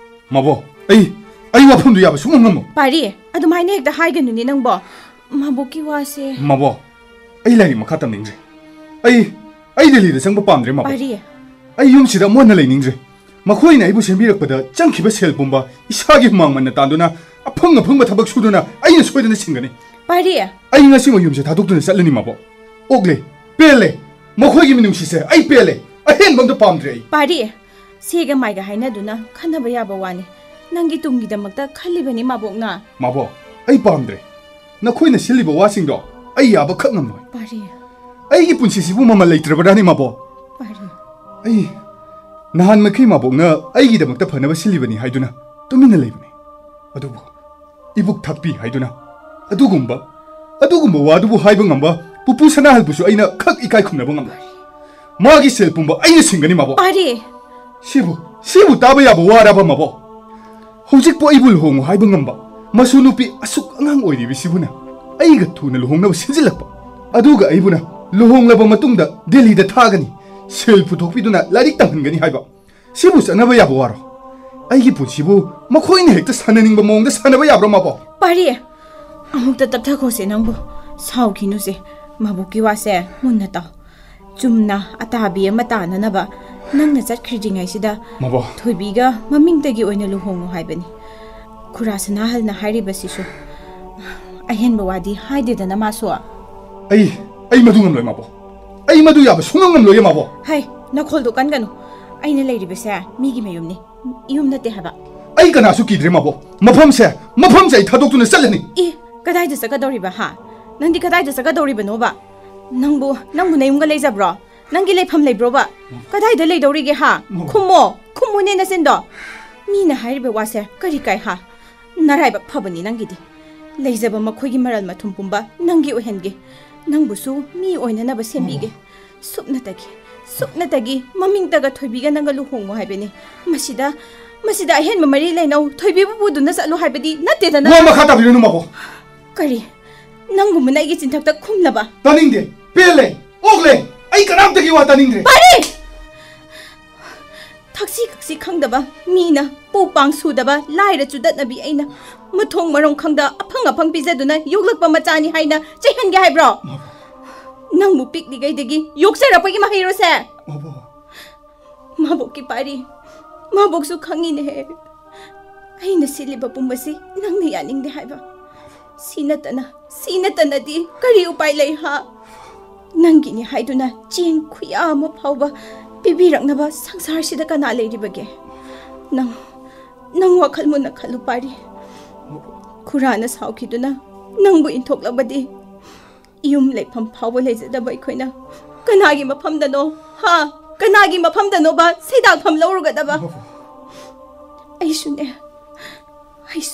नंगना नुंगाइखिरोय हाइना हाइदोक्तबनी माबोकना नाहान मखै लेबे युमदो हाइबु चटख्रो इपुक थाकपा ngamdre हाइदुना तालैबनी माबोकपु करी तौ हाइबदो पारी माबोकपु करी तौ हाइबदो नंगु वखल अमक्तदि तारोबा खुरासे असुक फतबा मिसु नते इसा थोबिबुसु मपुक चली यामना सेंजबिनी अंगांग ओइरिबगी पंगाव ngauजा नंगबु तमाहन निंगजरिबा मागी मतौसे नंगबु मिनुंगसी मचेत अमा फावा पोक्पा ngamdrabra ha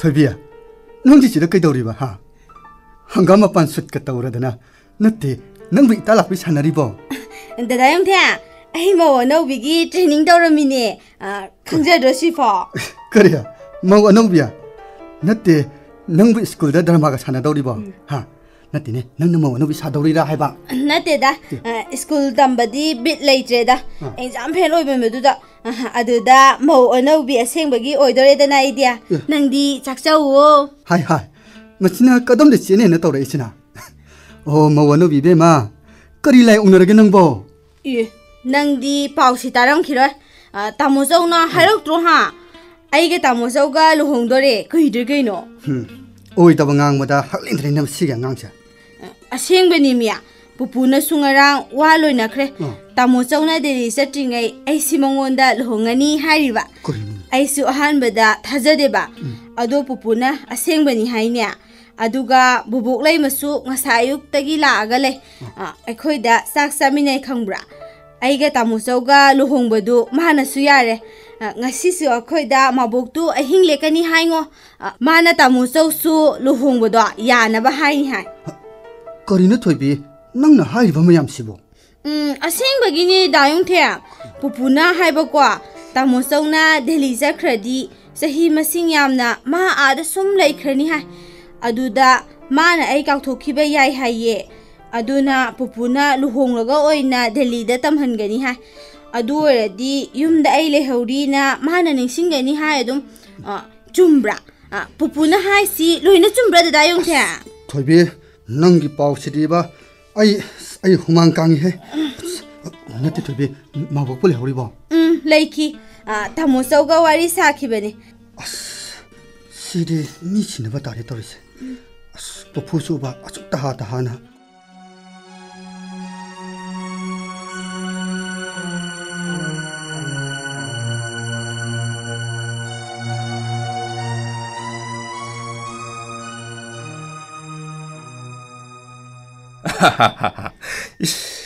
Pupugi thoibiya pupu isu senga sidi heloi atomigum phajare dana hey kadai dagi phi phanek no ne nangna selai baduba mabongna pure ine ai gi ni haina pirai ba pupu asenki ai se tamo sauda lohongadra pupu luhong ladabani nang mabok na su yare Tamuchau na yaraktradi yanida pupu ai tamuchau gi matung inagya Delhi da aduda adum manakta la chatluga hojikti yade ko masu thoibiya hayeng ko na hek chatlaga lore dana pupu nang cha su paire kaidora ai bo sum pai banida pupu ka su taude lok so dum khoi sei su mu paiselle pupu bu na han doctor dar chalu bada ka su torakti haibada na sa sonjala pai natra sei su pairi do on thok ida ko pupu gi thoibiya adugumba nungai taba waba wakhando khalai dene nangbo yengoi isu gi di pupu leiri basidi pupu isu gi kari wat kani hauzik tine yengo aigi ihuchune nangi tamo so pari na ne silhauraga dabani do nangbu ne sena hanga daurimni mayam sinadi pupu se puksel pi haine ai su khange adubu ne pupu gi thoibi nang na wakhal mapung phadriba angang haibado oiribani na pupu di leita bangamde pupu nang kap ke torido kaigino aigi di kana suwate na pupu leiri sidi su thoibi tamo sauga aiga luhong lasu aidi nang thaudoraga chalo nangi nanakta dum leigani ko pupu Delhi da tamo sau manakta hayeng wai seminarasu nanga puna chatkani pupu na sappa phang khudim aina matung ingani aigi di pupu khatani aigi di pupu khatani Tida angau bisidi lao mapal sidane nato matale huragano pupu gane imung da sanga sila pupu pupu tamna chalo ai sama kese lok tu phar khadi phani lai sisu aingon oina na hange haide pupu da sumna halle hey dine nangbo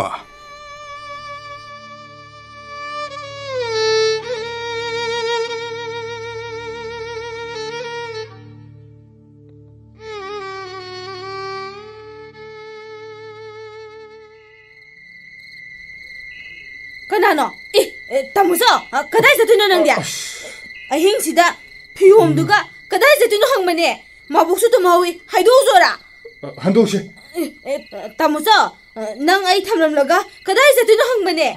Ngai ko, se, tamuso. Ay di, iba ni luhong dore na haraw do na. Ahing se tumba yada bagi, tayang lam ni. Aduga mana hura laga ahing si thadok tu na chatki ga tawine. Chalo ye, changkhro yare. Chango, ai imung da changkhraga, nang na tumina sa toi tawida. Ai khang da boining bra. Imung da changula. Kadai, nangi phiyom da piro. Kadai no, piro. Nang ngang ni. Ai bo thi bo hai haira gane. Nang mu chen no. Lam heng nu thobi. Tumin changkhro cho. Angang kaina, ahal nang budi ai na gyan taba. Maramokpa dhamma da ma helina. Surup thakpa nang yuga zu hura laga thamni ye. Ahal ni haibabu haibadi inde ne. Ai di pupuna nang se.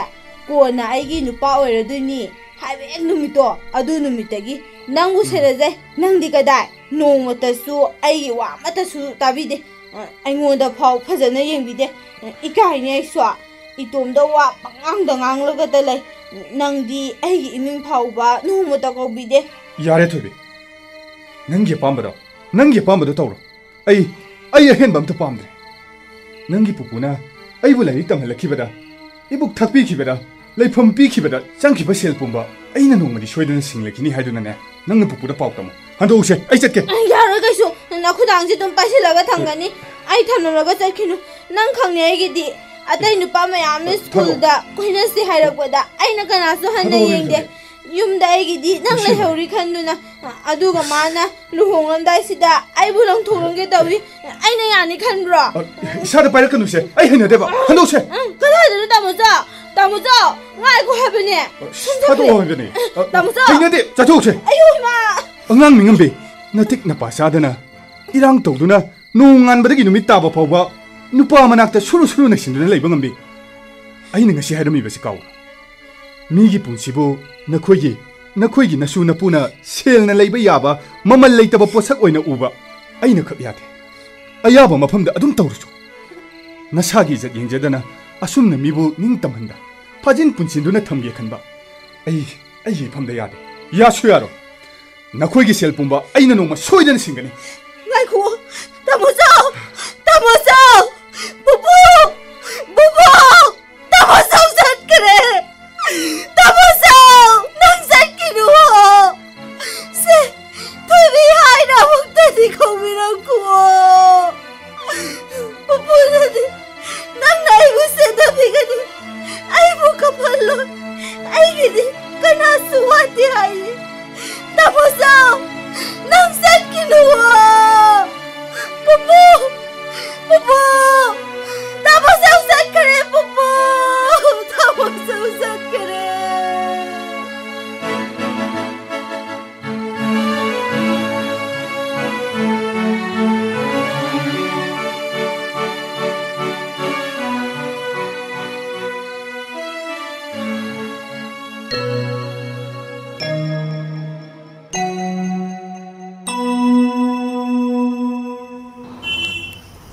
Paria.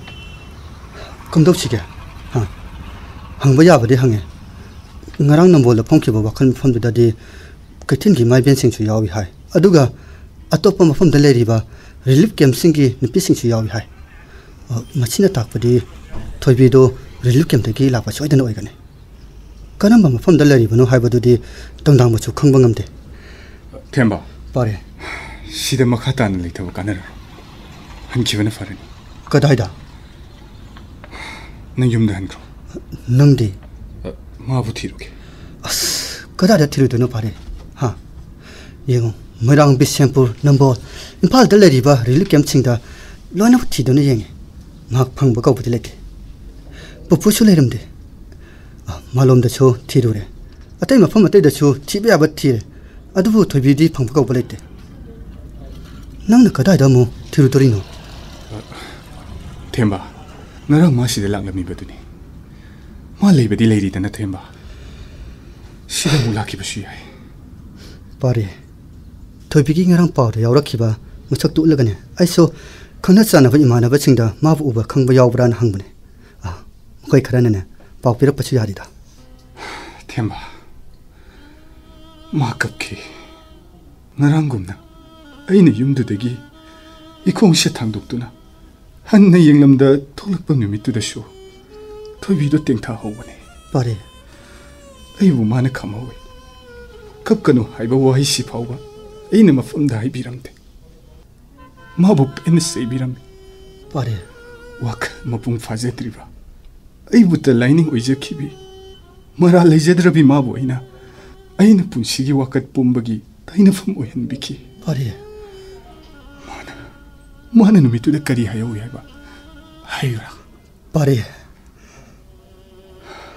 năng ꯆꯠꯈ꯭ꯔꯕꯗꯤ ꯑꯩꯒꯤ ꯄꯤꯔꯥꯡꯁꯦ ꯀꯅꯥꯅ ꯁꯦꯟꯅꯕꯤꯒꯅꯤ ꯍꯥꯏꯅ ꯑꯩꯕꯨ ꯈꯪꯍꯧꯕꯅꯤ ꯑꯩꯅ ꯅꯨꯃꯤꯠꯇꯨꯗ ꯇꯥꯁꯤꯟꯅꯔꯨꯗꯦ ꯑꯗꯨꯕꯨ ꯊꯦꯝꯕ 바리 ꯆꯍꯤ ꯑꯁꯨꯛ ꯀꯨꯏꯕꯁꯤꯒꯤ ꯃꯇꯨꯡꯗ ꯃꯥꯒꯤ ꯃꯤꯀꯞ ꯈꯣꯜꯂꯗ ꯉꯔꯥꯡꯇ ꯑꯣꯏꯔꯕꯣꯏ ꯏꯅꯥ ꯑꯅꯤꯁꯦ ꯁꯤꯡꯖꯥ ꯌꯩꯅ ꯇꯥꯔꯔꯦ ꯃꯤꯀꯞ ꯈꯣꯜꯂꯗꯨꯅ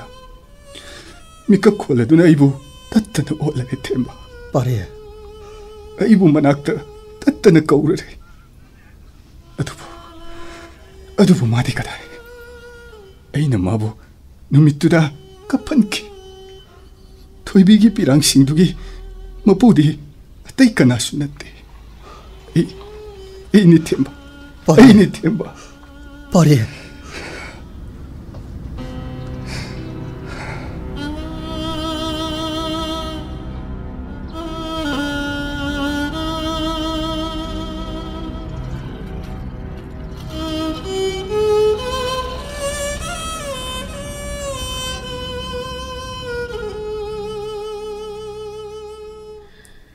ꯀꯝꯗꯧꯅꯤ ꯑꯩꯗꯤ ꯀꯔꯤꯅꯣ ꯃꯥꯅ ꯅꯍꯥꯟꯈꯩꯒ ꯃꯥꯟꯅꯗꯕ ꯃꯇꯧ ꯉꯥꯛꯇ ꯍꯟꯗꯛ ꯇꯧꯔꯛꯂꯤꯕꯁꯤꯡꯁꯤꯕꯣ ꯅꯣꯡꯉꯥꯟꯕꯗꯒꯤ ꯅꯨꯃꯤꯠ ꯇꯥꯕ ꯑꯍꯤꯡ ꯑꯊꯦꯡ ꯑꯃꯝꯅ ꯈꯪꯈꯤꯗ꯭ꯔꯦ ꯌꯨꯝꯁꯤꯗ ꯉꯥꯏꯍꯥꯛꯇ ꯍꯟꯖꯤꯜꯂꯛꯀꯅꯤ ꯍꯥꯏꯕꯁꯨ ꯈꯪꯗꯦ ꯀꯣꯏꯆꯠ ꯆꯠꯇꯨꯅ ꯂꯩꯕꯁꯤꯕꯨ ꯀꯝꯗꯧꯅꯤ ꯑꯩꯗꯤ ꯍꯩꯅꯤꯡꯊꯦꯝ ꯅꯪ ꯌꯧꯔꯛꯂꯕ꯭ꯔꯥ ꯂꯥꯛꯑꯣ ꯑꯩ ꯅꯪꯕꯨ ꯉꯥꯏꯔꯝꯂꯤꯕꯅꯤ 마보 ꯑꯩꯁꯦ ꯉꯁꯥꯏꯅꯗꯤ ꯊꯣꯛꯂꯛꯑꯕꯅꯦꯕ ꯂꯝꯕꯤꯗ ꯏꯃꯥ ꯏꯕꯦꯟꯁꯤꯡꯅ ꯂꯝꯕꯤ ꯊꯠꯂꯝꯕꯗꯒꯤ ꯂꯝꯕꯤꯁꯦ ꯀꯣꯏꯗꯨꯅ ꯂꯥꯛꯄꯗ ꯊꯦꯡꯈ꯭ꯔꯦ ꯅꯠꯇꯦ ꯃꯥꯕꯣꯕꯨ ꯆꯥꯛꯀ ꯆꯥꯔꯕ꯭ꯔꯣ ꯑꯩꯅꯦ ꯆꯥꯛꯀ ꯆꯥꯅꯤꯡꯕ ꯐꯥꯎꯗ꯭ꯔꯦꯗ ꯅꯤꯡꯊꯦꯝ ꯃꯥꯕꯣ ꯏꯁꯥ ꯅꯨꯡꯉꯥꯏꯕꯤꯗꯕ꯭ꯔꯥ ꯃꯥꯕꯣꯁꯦ ꯌꯥꯝ ꯋꯥꯅꯁꯨ ꯎꯔꯦ ꯇꯧꯔꯤꯁꯦ ꯗꯣꯛꯇꯔꯗ ꯄꯂꯝ ꯆꯠꯂꯨꯁꯤꯔ ꯃꯥꯕꯣ ꯑꯩ ꯏꯁꯥ ꯅꯨꯡꯉꯥꯏꯇꯕ ꯅꯠꯇꯦ ꯃꯥꯕꯨꯒꯤ ꯋꯥꯈꯜꯁꯦ ꯂꯩꯇꯥꯗ꯭ꯔꯦꯅꯦ ꯅꯤꯡꯊꯦꯝ ꯀꯔꯤꯅꯣ ꯄꯥꯔꯤꯅ ꯍꯟꯗꯛ ꯑꯣꯏꯔꯤꯕ ꯃꯑꯣꯡꯁꯤꯕꯣ ꯌꯦꯡꯉꯣ ꯍꯧꯖꯤꯛꯁꯨ ꯌꯨꯝꯗ ꯂꯩꯇꯦ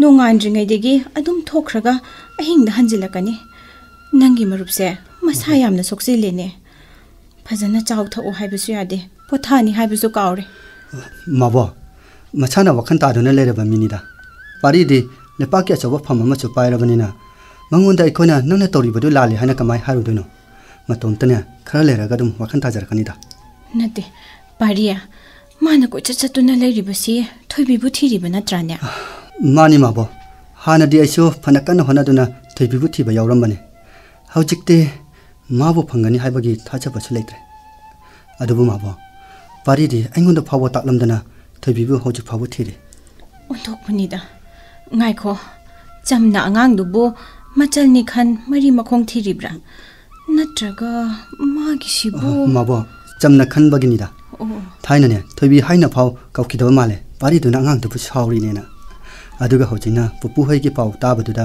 नुंगायक्त्रबा माले मखोइबु फंगनबा थिरिबनि हाय माबो मी ओइनाबु सेंबिरपगे पुपु होइदा थोबी होइदा पारीना लमलम सिंगे खनबा माले माबो होइने आइसु हंगबा याबदि हंगले मोइरांगोमदसु हंजिन हंजिन चलुरबनि माबो खुरा होइगी युमदसु लेइत्रे कनाना कदाइदा चतख्रे खंगहोबुसु लेइते अतै मफमदसु मखोइगी ममी फंगदेने निंगथेम माबो करिदि उपाय ले नते पारीगी सुति मतमसु लोइदौरमनि माबो थबकना कमदौबा छुट्टी मतम बदि माबो नहाना लोरबनिदा मतम खरा सांथना मु छुट्टी लौइ हाइबने मागी ऑफिस बिशेमपुर की डिस्ट्रिक्ट मजिस्ट्रेट ऑफिस तने आइसुन हान चलुइ मा उनागेना अदो पारी दिलेरमदे आइना मा हंगलुबदा मा छुट्टी मखा ताना थकी हारे आइसु अदुता खंखिबनि माबो नते सुमाइना सुम लेबे यादौरिब्रा हाइबा माबो आइसु बाप ताद्रेदा आइना मा लागा वरि फजना सागे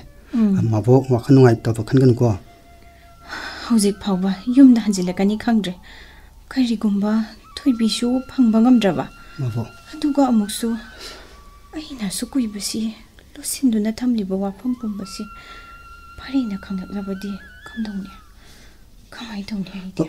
마보 거리완 Kari sunateda kashunate. 그나노니 폴롱 라이지나 마보 파리네 Amukta payusi. 아이 스피커 안토게고 Hoi. 할로 파리야 너무 그다이데 레게 하버네 자 좀더 투나 라오 와루 범 레레바 라오고 템바 amta ngai kho kano ne mabok to aina call to bani call pairak te mabok to nang yum da le ha ba yang fare mabok ta ai thaba ma chathokani na khara tambiyo nong ni di yum da halo ina khara haibiyo 거리게 그다이데 섞어도리버노 넘보 lapa na te da phara ma ta wi to bani lapa ya roi da ba Pariya, mabuksu leye. Kadayda kari tawbo sa kadawribano nangbo. Mabukta siyang na haramo. Hausing na kadayda lege nangbo.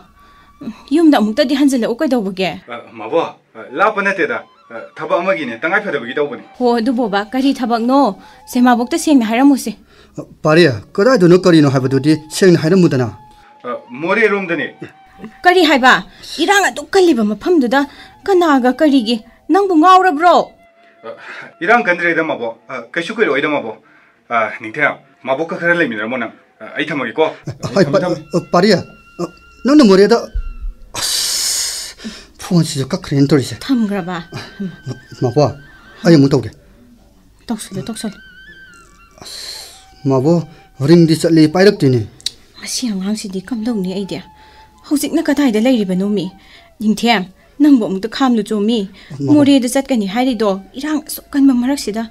Matomta chatpa oiramladi. Kamay tawdoino? 마보 아이 투네 예옹게 바우투나 피라케 그 마보 Hoi. 마시 angawasi디 바 Chalo amta. Onthokpanida ko pari. Thoibibu phangba ngamlaktrabada. More da amuk chatke khali boire. Hidupa yade. Ina sukuibase. Ma khanghandana losinduna thamlakpa wani. Parida khangan kibe yade. Mabuk waroganu ko pari.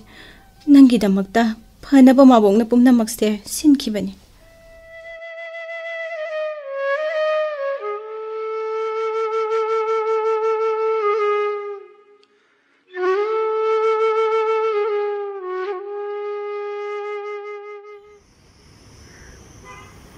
Hai, gari se amukta khamo. Amukta ngai khune he.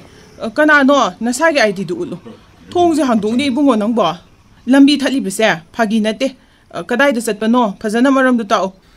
ine imasing ai aruba thaba magi da makta lambi somlom da laksa bani ai gi min pari kauje ai di sida lejare isama huji bisnupur dc office da district magistrate oina thok tawja bani handa manipur sida posting nung na laksa bani thaba kamari leina ba maram amagi da makta somlom da laksa bani yaraga di ai bom ta salhen bi buima Phare cheksilu. Asomlom changki bagi lambi se masida jingnaba mi myam leire haina pau phangbudagi aikhoina lambi se thatli bani. Ima hoina ne nakhoi bu senari bani. Cheksina chatluko thabak tu thuna loibaga ne hek halau. Yare se nangi ID se. Loksin jaro. Ibungo nangbu kari lamda satki haibano.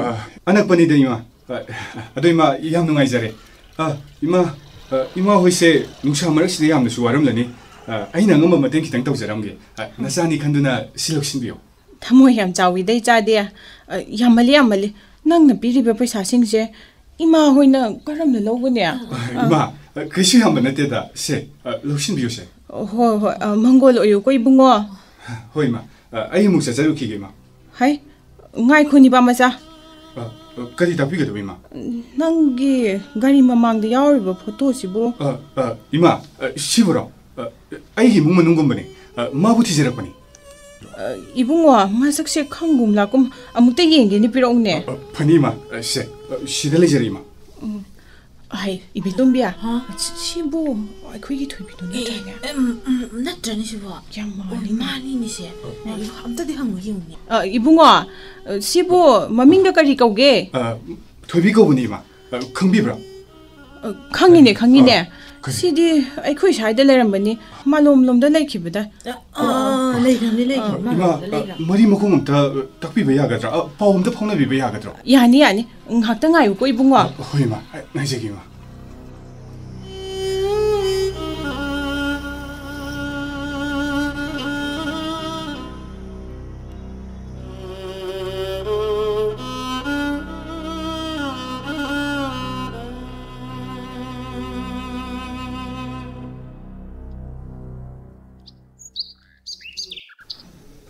그동안도 많이 내리시고 그다이 되지 않노네. 에 아들기 시부 토이비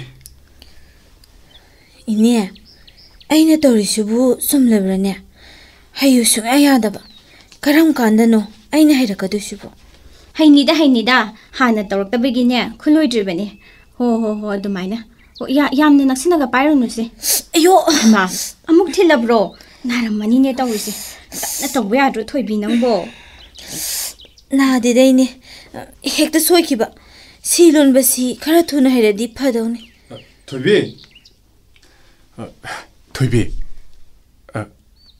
아이니 강드러버 이행두는 레이디 게도록게 아이부 가오라브라 이네 미라이 하 하이 붕어 그나노네 낭보 까리 떠우래 그나 항바노 이네 아이 토이비부 티자라보네 하 노에 애니부 하나 강나브로 호 라 상어 립두나 레디 까도래 하이 토비에 koksellu니 낭보 이붕어 시다 파무세 나데 디자드레 마팜세 토비야 아야 솜다 거우레이 ngakta 살루키게고 토이비 컴라로이죠 까리 하이게 윰다 할라시 시다 숨레게다 시다 아이기 가리수 와테 야데 그이도바 시다 라이브노 낭기나 낙다 락바네 아이 누가이리 아무 하나 락라노 토이비 마복디 감도리 누가이리 마복나슈 낭부 거이티 티바네 아이 그이수 떠우디예 마복다 파우 담비요 토이비 까리 하이게 하이람마따다 가리기 로리 가리기 오이다바 하이리 아이부 미톱니 칼라브라 토이비 칸데다 오이다바 하이가누 토이비 아이 마팜시다 하나 락라메 아두부 낭나 아이 라이 캉바다기 낭부 티레 캉바다기 낭나 레이티 하이나 하얀바 나트라 마팜시다 로트나 낭 레헤우 나트라 아이부 아라우리브라 토이비 와라우데다 숨 토이비 숨 이까이두나 아이나 레이해 핸다바니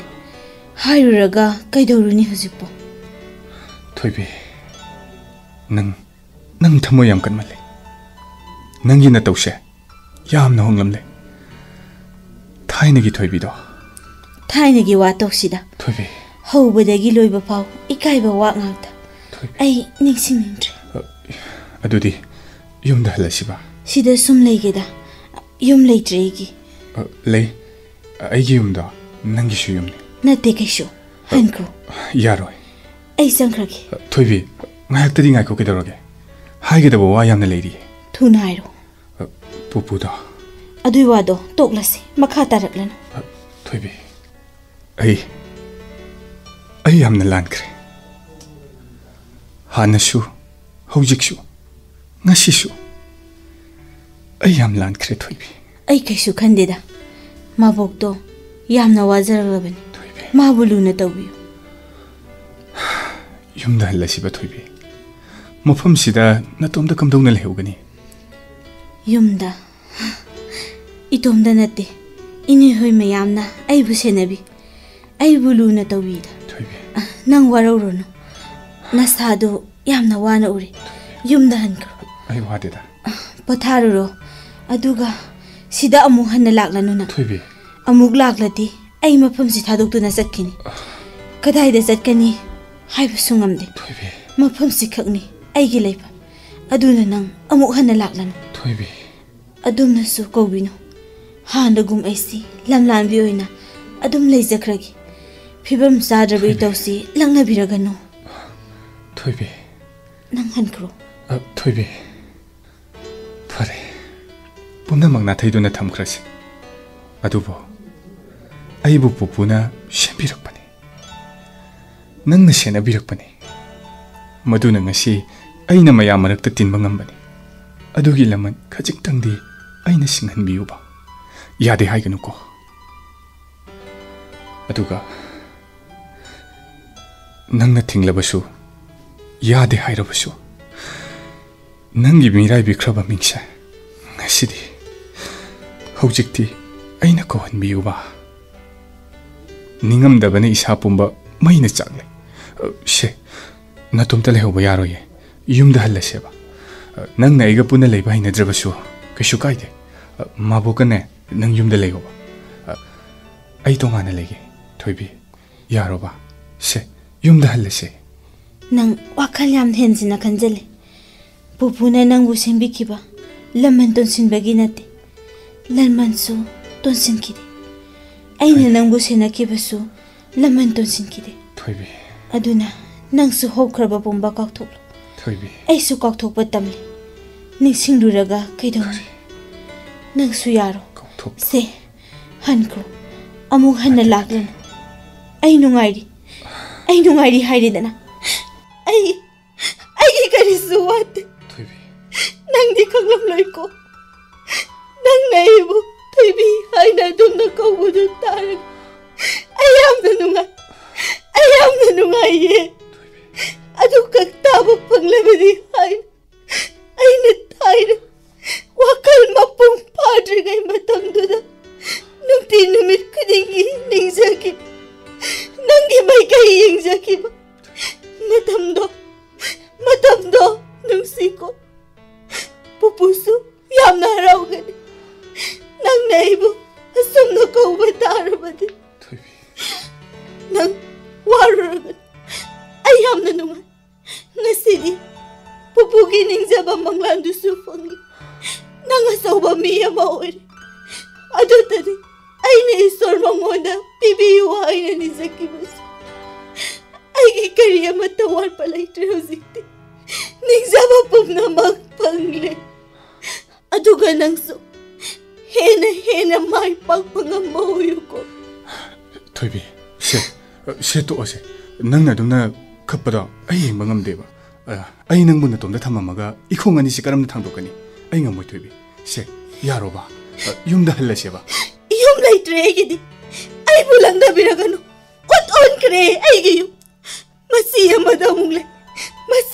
ꯑꯃꯨꯛ ꯂꯩ ꯍꯤꯡꯕꯅ ꯍꯦꯟꯅ ꯍꯩꯅꯔꯦ ꯊꯨꯡꯂꯨ ꯃꯐꯝ ꯈꯨꯗꯤꯡꯃꯛ ꯑꯩꯒꯤ ꯌꯨꯝꯗ ꯁꯦ ꯌꯦꯡꯉꯨ ꯍꯧꯖꯤꯛꯇꯤ ꯑꯩ ꯐꯤ ꯂꯣꯜꯂꯦꯁꯦ ꯁꯦꯜ ꯇꯥꯜꯂꯤꯕꯅꯤ ꯁꯔꯀꯥꯔꯅꯁꯨ ꯅꯨꯄꯤꯁꯤꯡꯒꯤ ꯀꯣꯜ ꯌꯥꯝ ꯄꯤꯔꯛꯂꯦ ꯑꯁꯤꯗ ꯐꯤ ꯁꯥꯕ ꯇꯝꯕ ꯍꯧꯔꯦ ꯑꯗꯨꯅ ꯑꯩꯒꯤ ꯀꯔꯤꯁꯨ ꯋꯥꯠꯇ꯭ꯔꯦ ꯀꯨꯏꯃꯟꯈ꯭ꯔꯦ ꯅꯪ ꯍꯟꯈ꯭ꯔꯣ ꯌꯥꯔꯣꯏ ꯊꯣꯏꯕꯤ ꯉꯥꯏꯈꯣꯁꯦ ꯊꯣꯏꯕꯤ ꯑꯩ ꯅꯪ ꯌꯥꯎꯗꯅ ꯍꯟꯕ ꯉꯝꯂꯣꯏꯌꯦ ꯑꯩ ꯅꯪ ꯌꯥꯎꯗꯅ ꯍꯤꯡꯕ ꯉꯝꯂꯣꯏꯌꯦ ꯊꯣꯏꯕꯤ ꯌꯨꯝꯗ ꯍꯜꯂꯁꯦ ꯊꯣꯏꯕꯤ ꯌꯥꯔꯣꯁꯦ ꯌꯥꯔꯣꯕ ꯅꯪꯕꯨ ꯊꯣꯏꯕꯤ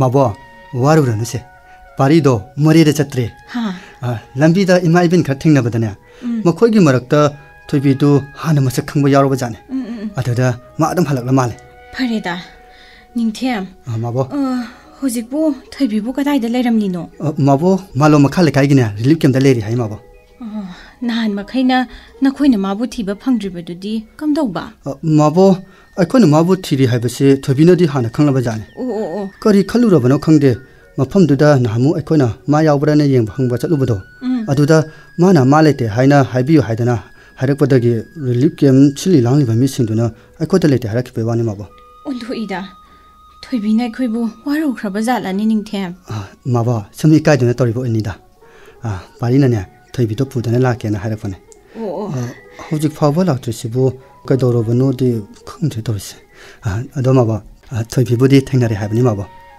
निंथेम कांदे थोइबिगी लेफमदुदने थुना अमुक्ता चलुसि माबा पारिगा हौजे ꯉꯍꯥꯛꯀꯤ ꯃꯃꯥꯡꯗ ꯑꯩꯒ ꯋꯥꯔꯤ ꯁꯥꯏ ꯃꯥ ꯂꯥꯛꯂꯒꯦ ꯍꯥꯏꯔꯛꯄꯅꯦ ꯂꯥꯛꯆꯔꯅꯤꯗ ꯃꯥꯕꯣ ꯑꯃꯨꯛ ꯆꯠꯂꯨꯔꯒ ꯑꯉꯥꯡꯗꯣ ꯃꯕꯨꯛꯅ ꯅꯨꯡꯁꯤꯈꯤꯗꯅ ꯃꯌꯥꯝ ꯃꯃꯥꯡꯗꯨꯗ ꯑꯃꯨꯛ ꯃꯔꯥꯡ ꯇꯧꯗꯅ ꯍꯣꯏ ꯍꯣꯏ ꯍꯣꯏ ꯉꯥꯏꯔꯁꯤ ꯑꯩꯈꯣꯏꯒꯅꯦ ꯄꯨꯟꯅ ꯂꯩꯃꯤꯟꯅꯕ ꯍꯥꯏꯕꯗꯨꯅꯤ ꯃꯥꯕꯣ ꯑꯗꯨꯒ ꯉꯥꯏꯈꯣ ꯈꯨꯔꯥ ꯁꯅꯥꯍꯜꯗꯤ ꯃꯁꯨ ꯃꯄꯨ ꯑꯗꯨꯝ ꯂꯩꯃꯤꯟꯅꯔꯤꯕ ꯅꯠꯇ꯭ꯔꯣ ꯈꯨꯔꯥꯗꯨꯕꯨ ꯑꯍꯜ ꯌꯥꯝ ꯑꯣꯏꯔꯝꯂꯅꯤꯅꯦ ꯃꯥꯕꯣ ꯄꯨꯄꯨꯗꯨ ꯂꯩꯈꯤꯗ꯭ꯔꯦꯗ ꯃꯥꯕꯣ ꯍꯥ ꯀꯔꯤ ꯍꯥꯏꯕ ꯅꯤꯡꯊꯦꯝ ꯀꯔꯝ ꯀꯥꯟꯗꯅꯣ ꯀꯝꯗꯧꯅꯅꯣ ꯃꯥꯕꯣ ꯏꯔꯥꯡ ꯇꯧꯗ꯭ꯔꯤꯀꯥꯟꯗꯒꯤ ꯅꯥꯗꯨꯅ ꯂꯩꯕ ꯑꯣꯏꯔ ꯃꯥꯜꯂꯦ ꯂꯥꯌꯦꯡꯕꯁꯨ ꯐꯕ ꯉꯝꯂꯔꯣꯏꯗꯕ ꯂꯪꯁ ꯀꯦꯟꯁꯔ ꯑꯣꯏꯔ ꯃꯥꯜꯂꯦ ꯊꯣꯏꯕꯤꯅ ꯃꯥꯕꯨ ꯗꯣꯛꯇꯔꯗ ꯄꯨꯗꯨꯅ ꯍꯦꯛ ꯍꯦꯛ ꯂꯥꯌꯦꯡꯖꯩ ꯍꯥꯏ ꯑꯗꯨꯕꯨ ꯀꯦꯟꯁꯔꯗꯨ ꯂꯥꯁ ꯁ꯭ꯇꯦꯖ ꯑꯣꯏꯔꯝꯕꯗꯒꯤ ꯑꯗꯨꯃꯛ ꯂꯩꯈꯤꯗꯕ ꯑꯣꯏꯔ ꯃꯥꯜꯂꯦ ꯃꯥꯕꯨ ꯅꯤꯡꯊꯦꯝ ꯅꯪꯅ ꯍꯥꯏꯔꯤꯕꯁꯤꯡꯁꯤꯕꯨ ꯑꯩꯕꯨ ꯃꯪꯒ ꯆꯞ ꯃꯥꯟꯅꯔꯦꯃꯤ ꯃꯥꯕꯣ ꯄꯨꯄꯨꯗꯨ ꯂꯩꯈꯤꯗꯕ ꯌꯥꯝꯅ ꯀꯨꯏꯔꯦ ꯍꯥꯏ ꯄꯥꯔꯤꯅ ꯃꯈꯣꯏꯒꯤ ꯌꯨꯝꯗꯨ ꯊꯥꯗꯣꯛꯇꯨꯅ ꯆꯠꯈ꯭ꯔꯕ ꯃꯇꯨꯡ ꯆꯍꯤ 4ꯃꯨꯛꯀꯤ ꯃꯇꯨꯡꯗ ꯄꯨꯄꯨꯗꯨ ꯌꯥꯝꯅ ꯀꯟꯅ ꯅꯥꯈꯤ ꯍꯥꯏ ꯑꯗꯨꯒ ꯑꯗꯨꯝ ꯂꯩꯈꯤꯗ꯭ꯔꯕ ꯃꯥꯜꯂꯦ ꯃꯥꯕꯣ ꯀꯨꯏꯔꯦꯗ ꯆꯍꯤ 4-5ꯒꯤ ꯃꯃꯥꯡꯒꯤ ꯋꯥꯔꯤꯅꯤ ꯄꯥꯔꯤꯅ ꯀꯣꯟꯅ ꯈꯪꯂꯛꯄ ꯑꯣꯏꯔ ꯃꯥꯜꯂꯦ ꯋꯥꯔꯤꯁꯤꯁꯨ ꯑꯩꯁꯨ ꯄꯨꯡꯉꯛ ꯍꯦꯛ ꯉꯛꯏ ꯃꯥꯕꯣ ꯊꯣꯏꯕꯤꯗꯣ ꯂꯩꯀꯥꯏꯒꯤ ꯃꯅꯦ ꯑꯃꯅ ꯌꯦꯡꯁꯤꯟꯗꯨꯅ ꯂꯩꯔꯛꯄꯅꯤ ꯍꯥꯏ ꯑꯗꯨꯏꯀꯥꯟꯗꯅꯤ ꯑꯃꯨꯛ ꯊꯣꯏꯕꯤꯒꯤ ꯌꯨꯝꯗꯁꯨ ꯎꯜ ꯑꯣꯟꯈ꯭ꯔꯤꯕ ꯅꯤꯡꯊꯦꯝ ꯂꯥꯟꯖꯦꯟꯅꯗꯨꯅ ꯍꯧꯖꯤꯛ ꯃꯥꯂꯣꯝꯗ ꯂꯩꯔꯤꯕꯁꯤꯅꯤ ꯃꯥꯕꯣ ꯑꯣꯟꯊꯣꯛꯄ ꯃꯔꯥꯏꯕꯛ ꯍꯥꯏꯕꯗꯨꯅꯤꯗ ꯅꯤꯡꯊꯦꯝ ꯈꯨꯔꯥꯗꯨꯕꯨ ꯑꯩꯕꯨ ꯃꯪꯒ ꯆꯞ ꯃꯥꯟꯅꯔꯦꯃꯤ ꯃꯥꯕꯣ ꯍꯧꯈ꯭ꯔꯗꯤ ꯍꯧꯈ꯭ꯔꯦꯗꯅ ꯑꯩꯈꯣꯏ ꯃꯌꯥꯝꯅ ꯊꯣꯏꯕꯤꯕꯨ ꯁꯦꯟꯅꯕꯤ ꯑꯃꯨꯛ ꯃꯕꯨꯛꯅꯤꯡ ꯍꯔꯥꯎ ꯍꯔꯥ ꯂꯣꯏꯔꯦꯗꯅ ꯀꯩꯅꯣ ꯃꯥꯕꯣ ꯈꯨꯔꯥ ꯅꯪꯒꯤ ꯑꯔꯣꯏꯕ ꯋꯥꯍꯩꯁꯤꯡꯗꯣ ꯑꯩ ꯉꯁꯤꯁꯨ ꯀꯥꯎꯕ ꯉꯝꯂꯔꯣꯏꯌꯦ ꯃꯥꯕꯣ ꯉꯔꯥꯡꯇ ꯑꯣꯏꯔꯕꯣꯏ ꯅꯤꯡꯉꯤ ꯑꯗꯨ ꯄꯨꯛꯆꯦꯜ ꯆꯥꯎꯕ ꯅꯪꯗꯤ ꯏꯆꯥ ꯄꯥꯔꯤꯒ ꯑꯩꯒꯒꯤ ꯏꯐꯝꯗ ꯏꯁꯣꯔꯅꯤꯅꯦ ꯈꯨꯔꯥ ꯃꯥꯕꯣ ꯈꯨꯔꯥ ꯑꯩꯕꯨ ꯉꯥꯛꯄꯤꯌꯨꯀꯣ ꯑꯩꯕꯨ ꯉꯥꯛꯄꯤꯌꯨ ꯈꯨꯔꯥ ꯃꯥꯕꯣ ꯅꯤꯡꯊꯦꯝ ꯑꯩ ꯉꯁꯤꯗꯤ ꯂꯣꯠꯁꯤꯜꯂꯔꯣꯏ ꯃꯥꯕꯣ ꯌꯦꯡꯉꯣꯏ ꯈꯨꯔꯥꯗꯣ ꯏꯁꯣꯔꯅꯤꯅꯦ ꯑꯁꯨꯛ ꯀꯨꯏꯕꯁꯦ ꯂꯣꯠꯁꯤꯟꯗꯨꯅ ꯊꯝꯂꯛꯄ ꯋꯥꯅꯤ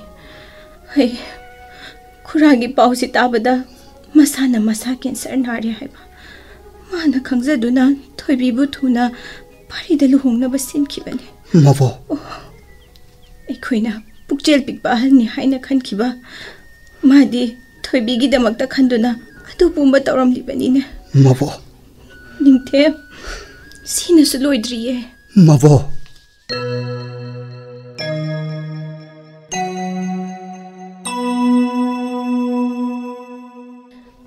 ꯈꯨꯔꯥ ꯑꯩ ꯀꯔꯤ ꯍꯥꯏꯒꯗꯕꯅꯣ ꯈꯪꯗ꯭ꯔꯦ ꯈꯨꯔꯥ ꯑꯩꯈꯣꯏ ꯄꯥꯔꯤꯁꯦ ꯐꯅꯗꯤ ꯋꯥꯈꯜ ꯇꯥꯕ꯭ꯔꯥ ꯍꯥꯏꯅ ꯈꯟꯕꯅꯤ ꯂꯩꯃ ꯑꯗꯨꯕꯨ ꯃꯥꯅ ꯇꯧꯔꯤꯕꯁꯤꯡꯁꯤꯗꯤ ꯍꯩ ꯂꯩꯃ ꯈꯨꯔꯥ ꯀꯔꯤꯁꯨ ꯈꯟꯗꯦ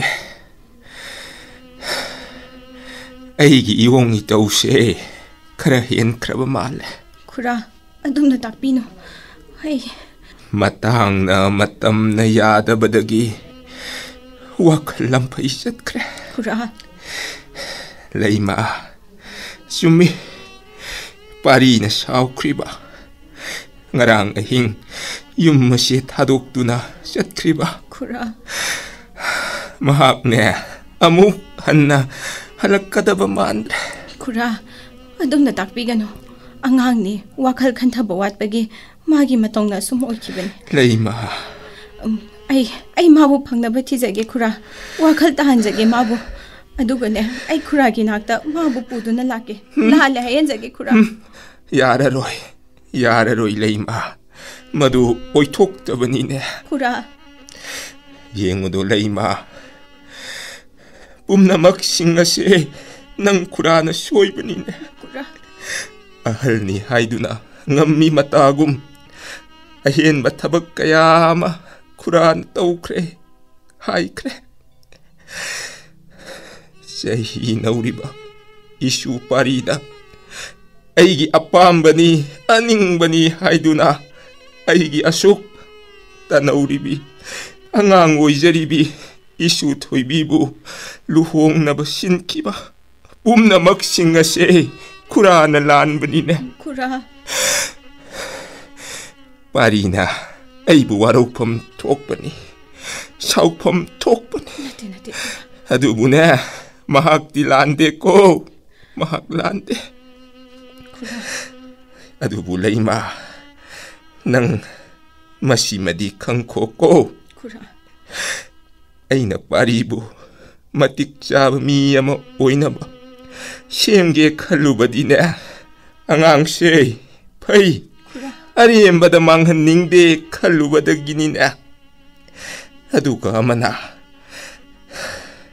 Aigi maraibak thirabi isu thoibigi tungi punsigidamak khalubani. Manane sahi mapungpa wakhal khantaba ngamlamlaba. Magi imung manungni haiduna ahenba misak amakak layramlaba. Kuranane ngasi asuk imatik wari base kakwaram loiko. Kura. Kura gisangdo. Handak ni hena soksin boy na oy. Amto hospital satunane laying na butaw si Kura. Ay kasut ogdeda. Kura. Yengoy. Nasa parido lampay satkini. Nang ne sida pantada na layrano. Mabune pangnabamukta tibiyo.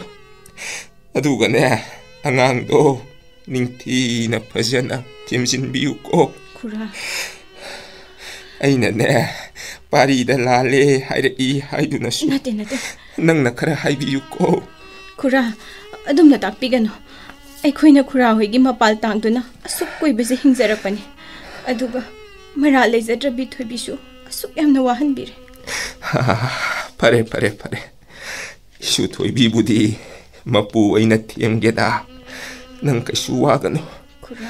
Adugi saruk pudine paribu amukta tibiru. Hey, mabune ningti na thiemjinbiyo ko. Hau kibana hau kre. Hauzikti nang Kurane ahenba wakak hairaroi.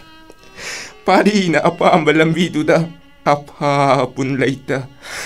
Maning makatam na ne chachaba oirsano. Kura, ay bungang piyo ko. Apang manasubuso ngang piyo. Ay ko yam na lankre, Kura. Ko yam na lankre. Pare. Layma, siya. Sipasin ko. Kura, karino, siyal mayam sidi. Nade, ay lobang hamzaroy, Kura. Hey, ang aubiya. Aybo, nanggi apok pa napamak ni hayna kalune. Kura. Paribo ay na, miya maoy na ba, siyemge kankine. Hausik ti mabo, ay ginaksida tamduna, mabo siya na bang amlaroy. Aduna ne, siyel singa siya, ay na matiyangoy na ba, piri ba ni ne? Kura. Mana hayeng way, matik saba miya maoy ra ba matamda. Sugumba siyel karasi din kasulay ba nati? Nang lana kan ganun ko, siya, silaw ne. Kura, ay bukaram na. Yangoy, siyela siya, parida di, ay napira hay na, nang haidok pa yadi ko. Karigumba, mana hek kang krabadi na, siyel singa siya, sizin na duna. Magi mahay makatamba sa luhay ba to, mahakyarak loy. Kura. Ning krabadi hongda ba, ay giisu pari ni na. Mapu ay na ne, isu gipuk ning wakal, mayek siyeng nakang. Aduna ne, nang natim nauda na, angang sida ne, siyel singa siya, piyo. Mabu ne, ay napirak pa ni haibasi kang handa na, sisan na haluko, layma. Kura. Isubo ne, mirak tilalau ko. Kura gilamhan sidi. Unsigi way na nachaan na sing mga jararo. Laman giwanat tine layma. Miyoy bagi minung siya dunine. Ay na siyel piba. Pari bumiya maoy na ba siyemge kan kiba. Maksing aduna. Nakoy na ingonda ne. Tuwan sile ay na kan ba. Laman pumbasu ne. Mikup sidagi. Kura na kopira ba ni. Kura. Siya nang siyel singa silaw ko. Lawang amloy hay na hay ganu ko. Parisu ay gisugum manina. Hayeng mana matik saba miya maoy ra ba matamda. Magi pukning na koyda sabi kanagum miya mabuna nang ginamaw oyu ko. Kura. Siya. Lawsilo. Kura gilaman singse. Unsi jup pagi kau jararo. Layma. Thoibise. Thoibigidine nang warano. Aine isubu temhorage. Angang oibagine aduk tawsadibani. Mapu aina bu temlabadi maha harau aigi naktane maraina leijani.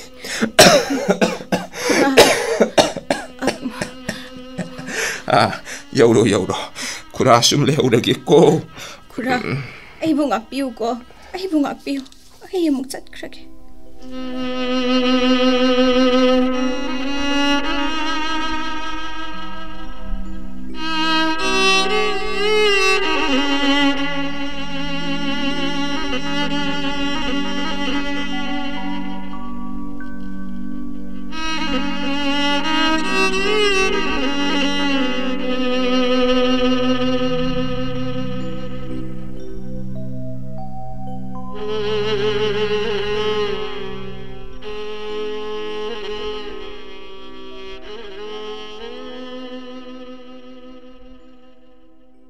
Thoibia, pupugi thoibia. Subo karay da laibage. Nang dia duda, tasin duna lady bako. Se. Pupu yenge se. Ise, masu thoibia. Subo kablabra ne. Ha. Yangoy. Nang nadum na layrabadi pupudi kari oini ay gidi isu thoibi nang khaktani ne lao ngasaya yuktagi kari mata hek chau tau haibasu yate nasadu na batare ne pupuga ne kari no kajiktang sathong minarusi lao ne nang ba masu thoibi Pupu, nang loka dong kugano. Ay tawayam numaiti. Nang narabra pupu. Masu thoibi. Nade haridok kay gino pupu. Lao, hause mo tatarsa sila o pupu. Pupu nadi kanana pupu bu nai hairibano. Ha, masu thoibi lady ngaida. Pupu di karisu tauro. Lok kara tungbasidi ahal lo silakpagi tawganina. Kasu tawgan natin. Yes. Adum na kaptuna. Laiganune ng buha. Pupune. Isugi na tawas iyeng bangamdre. Kaptra di. Pupu. Masutoy biya. Ayaw ay, pupu. Masutoy biya. Tamusaw do. Laharoy dro. Ngayon na. Kambasu yabid. Adum sach ka. Nungalaga. Malaka dranayna ngayusu made electric tamu so laro dropu lakanida ngarang mana set kibadu dine mahak larik tamba set kibani ne amuk soy dan halakan oida bai ganu pupu mayam na saurang ka set ay usuti na sayrami ay si irang tawbini nupa managda suru layraga laysali adum laysu hayrami pupu nang nahayda masi ay galuhong din ay ginubawi din na aduga mana ibutin na sarami sigay ginu pupu ay kablaroy kay ngamdi tamo sa usong ningsing din na layra ay am na mare pupu gito'y bi Mayam na hari sa sombra pupu. Masutoy Tamusaw si ay ginupanam na naman ba? Yung sinapasan na natami. Mama sana yaning di. Ay galuhong na ba sa lumay? Sao na yung sinatong tunasad ko. Mayam na ay sinupapabi ni ay. Masutoy biya. Ay ikay kang tabi na di pupu. Ay awari pupu. Mayam mamangda. Ayaw mi kayo pupu. Pupugi to'y biya. Taibang pala sige. Awa nungay karino kang jadribi. Ay gisu to'y bibo. Mapuhay na maramoy doon na asuk awa mapira ko. ꯄꯨꯄꯨꯅ ꯁꯤꯟꯈꯤꯕ ꯄꯨꯝꯕꯗꯤ ꯅꯪꯒꯤ ꯌꯥꯏꯐꯅꯕꯅꯤꯅꯦ ꯃꯁꯨ ꯊꯣꯏꯕꯤ ꯑꯩꯅ ꯃꯇꯝ ꯁꯥꯡꯅ ꯅꯪꯕꯨ ꯁꯦꯟꯅꯗꯨꯅ ꯂꯩꯕ ꯉꯝꯂꯣꯏ ꯈꯟꯈꯤꯕ ꯃꯤꯀꯨꯞ ꯑꯗꯨꯗꯒꯤ ꯑꯩꯅ ꯃꯁꯤ ꯄꯨꯝꯅꯃꯛꯁꯤꯡ ꯑꯁꯦ ꯁꯤꯟꯈꯤꯕꯅꯤꯅꯦ ꯍꯌꯦꯡ ꯑꯩꯅ ꯂꯩꯇ꯭ꯔꯒ ꯀꯅꯥꯅ ꯃꯁꯨ ꯊꯣꯏꯕꯤ ꯅꯪꯕꯨ ꯁꯦꯟꯅꯕꯤꯒꯅꯤ ꯍꯥꯏꯕ ꯃꯁꯤꯒꯤ ꯑꯋꯥꯕ ꯋꯥꯈꯜꯁꯤꯗꯅ ꯄꯨꯄꯨ ꯄꯣꯊꯥꯕ ꯉꯝꯗꯦ ꯍꯟꯖꯤꯟ ꯍꯟꯖꯤꯟ ꯄꯨꯄꯨꯒꯤ ꯋꯥꯈꯜꯕꯨ ꯑꯣꯠꯂꯤꯕ ꯃꯥꯅ ꯑꯩꯕꯨ ꯀꯔꯤ ꯑꯣꯏꯌꯨ ꯍꯥꯏꯕꯅꯣꯅꯦ ꯃꯁꯨ ꯊꯣꯏꯕꯤ ꯁꯦ ꯅꯪ ꯀꯞꯂꯒꯅꯣ ꯃꯁꯨ ꯊꯣꯏꯕꯤ ꯄꯨꯄꯨꯅꯦ ꯏꯁꯨꯒꯤ ꯃꯇꯧ ꯑꯁꯤ ꯌꯦꯡꯕ ꯉꯝꯗ꯭ꯔꯦꯅꯦ Pupu, nang kailangan pupu. Nang kapito kayo pupu. Lo, Dr. Teste, nade hari no pupu. Lo kubodo pa na ba? Dr. Hari dahil halusi. Pupu, nang kalusi. Ay kapla rugi pupu. Tamo sa wo, ding sing laglabaso. Mayam na ibuti na sa irabaso. Ay kapla rugi. Ay naman ka, pupu ka pala. Pupu! Ay lale, pupu! Ay lale! Masu Thoibi! Pupu mo kayo na sige! Hey, so! Ontok na supatita! Karigi ay mo asuk tira ba? Layna sinanahan biri ba? Isuse ay laytra ba di? Kanana siya nabigani. Pupugi Thoibi. Pupune isugi da magkan ba na? Ay siba pamde. Pupu siningde de Masu Thoibi. Puspu siningde.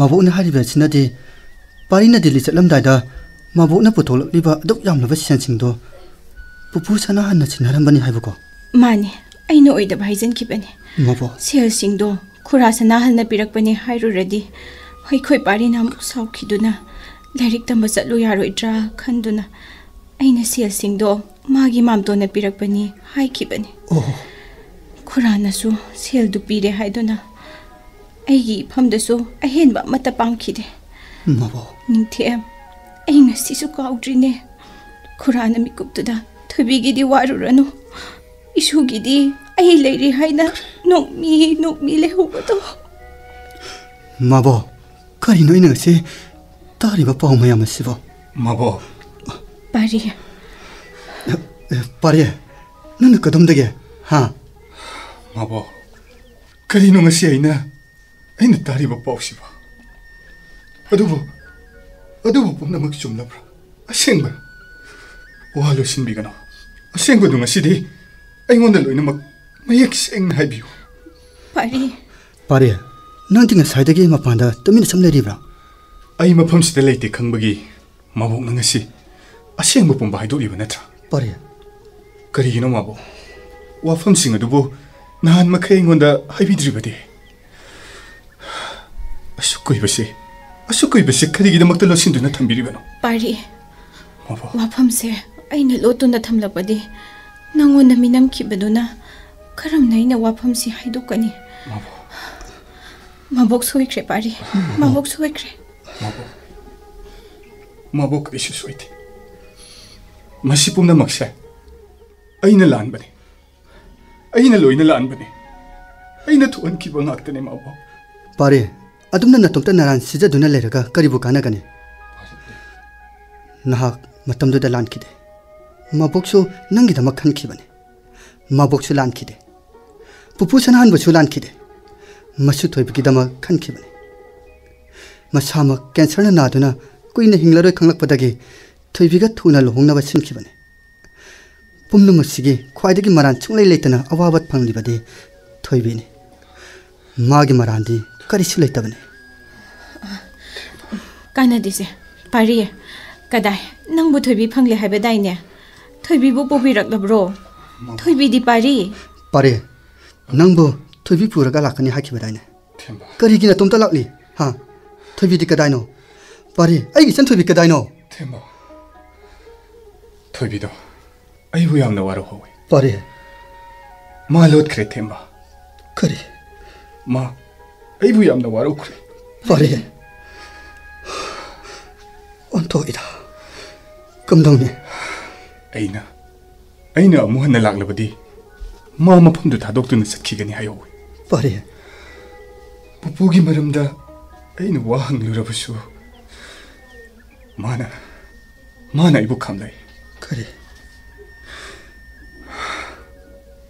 asukoi base aina tumina leishaluba thoibido pupugi manakta leiramgani aina khanbagini pare langjaruba iral mayam aduna ngasidi magi mamangda isaga sipoba utpungamdabne pare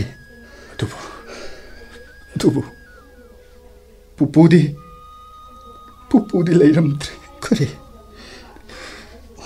thoibibu matomda thambiramlaga aikhoibu thadoktuna chatkrame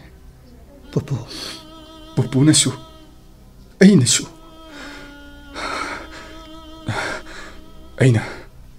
aina mabu senafam thokpani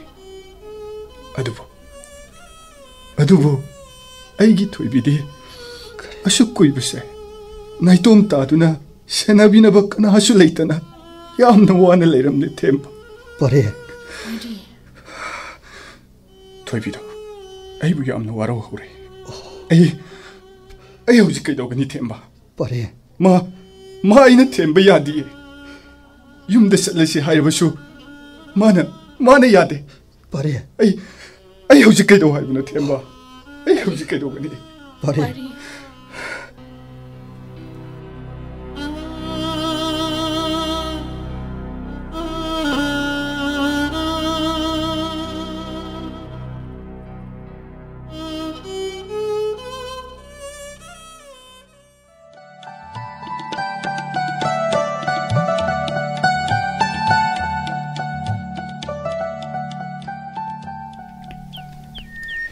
Mabo, sigi lay singsi sida sum tham lagi ko. Sum labar mabo. Chume. Yamna haire de chadea. Lai de katna ba hairuk sembasu, lay sindokpasu yamna haire. Mabongna ne dupsi jam khala agese. Mabo, akoy pupuna naharwai tambiramban. Mana sumaina taw haina takpiramiba. Nangna ne pupugi jahi kumo sida ishorda hairuk leiruk katpasi nangna lau yabase mabukti pelene thoibi aina nang lau ya ruidra haina mi pairu rabani Mabo, adumaina hainuda. Ai kaisu khandeda. Se si sindokpa loibaga ne lai khurumasi pupugi thawaina santi oina leinanaba nabuk ningchangna khuramuko Mabo. macha kai leira thoibi nangase lao yai sibo nangna themruido themdeda matomta lao yari ro haicha oh nate kari ri themlodriba ha nangi na thongna tro duba angang se nana waron khibane nana themam thokro thoe aina themam thoe aina waron khibane aina soi khibane hoine adu kai angang se nangna themlodriba mana thembi yate kaigino haidena itomta hangseroi paukhum amakhak phangi aina lalubagi aina manakta changloi mana lotki aina wa hairoi mana tumina leiki aina mabu yengloi mana yade lanjere haiduna lishinglak haijeroi mana aidi lankhide haina dumak haire aibu chatkro haina shu hanjin tale thoibi haina kaurui mana warona aibu yenglei magi warau mit yengduna aibu ꯑꯩꯕꯨ ꯇꯠꯇꯅ ꯑꯣꯠꯂꯤ ꯑꯩꯕꯨ ꯑꯣꯠꯂꯤ ꯊꯦꯝꯕ ꯉꯥꯎꯔꯦꯅꯦ ꯅꯪꯗꯤ ꯍꯥ ꯁꯦ ꯃꯈꯥ ꯇꯥꯔꯛꯀꯣ ꯅꯨꯡꯉꯥꯏꯅꯤ ꯃꯥꯁꯨ ꯅꯪꯒꯤ ꯅꯄꯥꯎ ꯇꯥꯕꯁꯦ ꯅꯠꯇꯦ ꯅꯊꯃꯣꯏꯗꯨꯕꯨ ꯀꯥꯏꯔꯕ꯭ꯔꯣ ꯅꯪꯕꯣ ꯀꯥꯏꯖꯁꯅꯨ ꯑꯩꯅꯁꯨ ꯃꯇꯝ ꯑꯃ ꯃꯥꯒꯤ ꯊꯃꯣꯏꯕꯨ ꯊꯨꯒꯥꯏꯕꯤꯈꯤ ꯃꯗꯨꯒꯤ ꯃꯍꯩꯅꯤ ꯍꯦꯔꯥ ꯅꯄꯥ ꯃꯥꯟꯅꯕ ꯇꯧꯅꯨꯗ ꯅꯪꯁꯨ ꯉꯝꯅꯕꯅꯦ ꯑꯉꯥꯡꯁꯦ ꯊꯦꯝꯃꯨꯀꯣ ꯌꯨꯝꯗ ꯊꯨꯅ ꯄꯨꯔꯛꯅꯕ ꯇꯧ ꯑꯗꯨ ꯐꯥꯎ ꯉꯝꯗ꯭ꯔꯗꯤ ꯅꯪ ꯍꯣꯃꯣ ꯑꯣꯟꯈ꯭ꯔꯅꯤꯀꯣ ꯊꯦꯝꯕ ꯅꯍꯥꯟꯈꯩꯗꯤ ꯑꯩꯗꯤ ꯈꯜꯂꯨꯗꯦ ꯊꯣꯏꯕꯤꯁꯦ ꯑꯅꯝ ꯌꯥꯝꯅ ꯀꯜꯂꯤ ꯋꯥꯔꯧꯈ꯭ꯔꯗꯤ ꯊꯦꯝꯕꯒ ꯁꯨꯡꯌꯥ ꯌꯥꯔꯝꯗ꯭ꯔꯦ ꯃꯥꯒꯤ ꯃꯅꯥꯛ ꯅꯛꯁꯤꯟꯅꯕ ꯍꯣꯠꯅꯔꯨꯕꯁꯦ ꯌꯥꯝꯅ ꯂꯨꯔꯝꯅꯦꯉꯣ ꯊꯦꯝꯕ ꯅꯍꯥꯟꯋꯥꯏ ꯏꯅꯥꯛꯇ ꯅꯛꯅ ꯂꯩꯔꯤꯉꯩ ꯃꯇꯝꯗꯗꯤ 마부 했네 영비키데. 허크라가 딱시 쇼래. 나 타모이도 삐네 딱시 쇼로 입어. 능 하비데 하네. 나 시데 응아치나 시달락래. 난 카이나 능 아이 마부나 나타 잘라 파보다 로트나 좀 내키바네. 아이 나타 라이 간신데네. 나 타모이도 땡톡도 놓으러보. 남자들거나 뚝저리드나. 아무튼 좀 밀래요 봐. 토비라 해 봐. 하이 하이. 바리 닝템. 마보. 라오 라오 솜다. 라이 크롬바 야레. 나 코야니스 엄도 코름루 라오미. 로이르가네 살룩 타게 하락라니. 라오 라오. 마보. 세 아무다 좀 남들 라오 봐세. 라오 봐세. 아이보. 호이 호이. 토비야. 낭디 시달래 고고. 쟁어이. 너희 또 무서우셔. 라이 크롬바 했다버네. 능 남다 딱 비워 봐. 고. 닝템. 라오 라오. 호이. 바리 로이르가네 안강세 보도나 락미나로고. 호이 마보. 여우리. 그리버. 라이 그런 밤에 밤 여우리 그런 뭐 해변. 능디. 로이레. 그리버 니비바. 부부기 타와이나 산티 오이나 레헨비유 하이나. 투나 그런 뭐시 마보 호이 나이르변. 코이라마게. 아도 줌나버 아이나 라이 크롬도 떠오르시보. 나이쿠 까다이드노. 마보기 만악다니. 라이 그런 바 술로르버두디. 와리. 그리버. 윰홍라니 아이. 얌페. 능네 야라브라. 그리기 야다니. 윰홍버부 아이나 야야데 하이팜 톡데. 항팜 토에. 야라고부디 파리. 토이비에. 따이. 나마이도 논테도 내 숨레이. ꯉꯛꯁꯝꯗꯣ ꯇꯦꯛꯈꯤꯕ ꯇꯥꯔꯦ. ꯑꯃꯨꯛꯇꯗꯤ ꯅꯣꯡꯈꯠꯂꯛꯎꯗꯅ. ꯁꯦ ꯅꯣꯡꯈꯠꯂꯛꯑꯣꯕ. ꯀꯩꯅꯣꯝꯃ ꯍꯪꯒꯦꯅ. ꯆꯠꯈꯤꯅꯨꯕꯣ.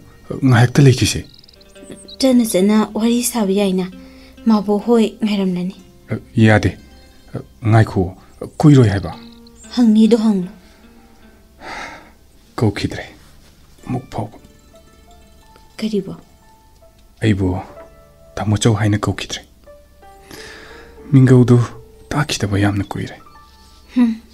야르세. 타니기 와시 똑라세. 로이 크바니. ku이리 얌나. 로이드리. 아이기디 로이드리. 아이나 로이샬랄로이. 똑라시바. 와리엄 랑래. 아이보 와라우리브라. 아이보 막비라로이드라. 와라우데다. 아이나 ngakpinaba nangi naranbu kari lerige. 토이베. 아이니 헤나 lamman donsil. 나한 kai relief game dasu nanga mating yamna pangbirame. 토이베. ngasisu pupugi sa higi kumonsida usokat pirisin. 아이나 디 asumna tawba karam nangamgani. 토이베. 와테도 그노. 파리세. 낭나시 야래 하려버니나. 아이 후렌데기 낭이 나낙다 락트나 레이라기고. 그리바. 가다이다 레이더리바. 예문에 hꯧ직때다 아이부 잉레이세. 파리세. 낭낭아 사야크라두디. 아이유 몽라게 하바. 나론 생고. 하이베 마얌도 그리노. 마복나 마tam khara ningthemga punna lehonaba aina loina hainarabani. aina nanakta laktuna leiradoini. mayam maraktuda yumongla adoini. Thoibi ai nangbu natomda thadokpa ngamlaroi. 파기도 마땅 사디. 파기 나tte. nangi leifamdugi misinggasu ai wari sanarabani. moinasu yabirai. ai laageko rendage. 오이르다바 와도 하이노바. 오이게다바 와니 토이비. 토이비. ꯅꯪꯅꯗꯤ ꯌꯨꯝꯗ ꯍꯜꯂꯁꯤ ꯍꯥꯏꯕꯁꯨ ꯌꯥꯗꯦ ꯑꯗꯨꯅ ꯁꯤ ꯅꯠꯇꯅ ꯀꯔꯤꯗꯤ ꯄꯥꯝꯕꯩ ꯂꯩ ꯑꯩꯅ ꯅꯅꯥꯛꯇ ꯂꯥꯛꯇꯨꯅ ꯂꯩꯒꯅꯤ ꯅꯪꯕꯨ ꯁꯦꯟꯅꯒꯅꯤ ꯑꯩꯅ ꯅꯪꯕꯨ ꯁꯦꯟꯅꯗꯅ ꯀꯅꯥꯅ ꯁꯦꯟꯅꯒꯅꯤ ꯑꯩꯕꯨ ꯋꯥꯔꯧꯒꯗ꯭ꯔꯥ ꯏꯇꯧꯁꯤꯒꯦ ꯃꯣ ꯂꯥꯛꯄ ꯌꯥꯔꯣꯏ ꯌꯥꯔꯣꯒꯕ ꯍꯦꯛ ꯂꯥꯛꯄꯗ ꯑꯩ ꯇꯨꯃꯤꯟꯅ ꯆꯠꯈ꯭ꯔꯦ ꯈꯪ ꯅꯇꯣꯝꯗ ꯂꯩꯖꯧ ꯑꯩꯅ ꯌꯥꯅꯤ ꯈꯟꯕ꯭ꯔꯣ ꯅꯃꯤꯒꯨꯝꯅꯅꯦ ꯅꯪꯒꯤ ꯅꯇꯨꯡ ꯀꯣꯏꯅꯤ ꯅꯪꯒꯗꯣꯏꯅꯤ ꯅꯪꯅ ꯆꯠꯄ ꯃꯐꯝꯗ ꯑꯩꯁꯨ ꯂꯥꯛꯀꯅꯤ ꯅꯪꯕꯨ ꯁꯦꯟꯅꯒꯅꯤ ꯅꯪꯕꯨ ꯊꯥꯗꯣꯛꯂꯔꯣꯏ 이까이버수 얌나 강함들이나 시디야 ꯅꯪ ꯈꯛꯇꯅꯤ ꯄꯨꯄꯨꯁꯨ ꯂꯩꯇ꯭ꯔꯦ ꯄꯨꯄꯨꯅ ꯄꯥꯝꯂꯝꯕꯁꯨ ꯁꯤꯅꯤ ꯑꯩꯅ ꯄꯨꯄꯨꯒꯤ ꯅꯤꯡꯕ ꯁꯣꯏꯗꯅ ꯊꯨꯡꯍꯟꯒꯅꯤ ꯇꯥꯅꯤꯡꯗ꯭ꯔꯦ ꯊꯣꯏꯕꯤ ꯁꯦ ꯑꯩꯉꯣꯟꯗ ꯑꯃꯨꯛꯇ ꯌꯦꯡꯂꯛꯑꯣ ꯑꯃꯨꯛꯇ ꯃꯣꯃꯣꯟ ꯅꯣꯛꯑꯣꯕ ꯀꯨꯏꯔꯦ ꯅꯪꯅ ꯅꯣꯛꯄ ꯎꯕ ꯐꯪꯈꯤꯗꯕ ꯃꯐꯝꯅ ꯃꯇꯝꯅ ꯑꯩꯕꯨ ꯃꯤꯅꯨꯡꯁꯤ ꯈꯪꯗꯕ ꯃꯥꯒꯤ ꯁꯛꯂꯣꯟ ꯂꯧꯍꯟꯈ꯭ꯔꯦ ꯀꯔꯤꯒꯨꯝꯕ ꯑꯩꯅ ꯃꯇꯝ ꯑꯗꯨꯗ ꯋꯥꯈꯜ ꯑꯁꯦ ꯁꯦꯔꯥꯟꯅꯅ ꯈꯜꯂꯝꯗ꯭ꯔꯕ ꯅꯪꯒꯤ ꯋꯥꯍꯩꯁꯤꯡꯒꯤ ꯃꯃꯜ ꯅꯪꯒꯤ ꯃꯤꯠꯌꯦꯡꯒꯤ ꯃꯃꯜ ꯄꯨꯝꯕ ꯃꯒꯨꯟ ꯀꯌꯥꯝ ꯂꯩ ꯍꯥꯏꯕ ꯈꯪꯂꯝꯂꯕ ꯉꯁꯤ ꯑꯩꯅ ꯑꯉꯥꯎꯕ ꯑꯃꯒꯨꯝꯅ ꯍꯤꯡꯂꯤꯕ ꯑꯁꯦ ꯍꯤꯡꯂꯝꯂꯣꯏꯗꯕꯅꯤ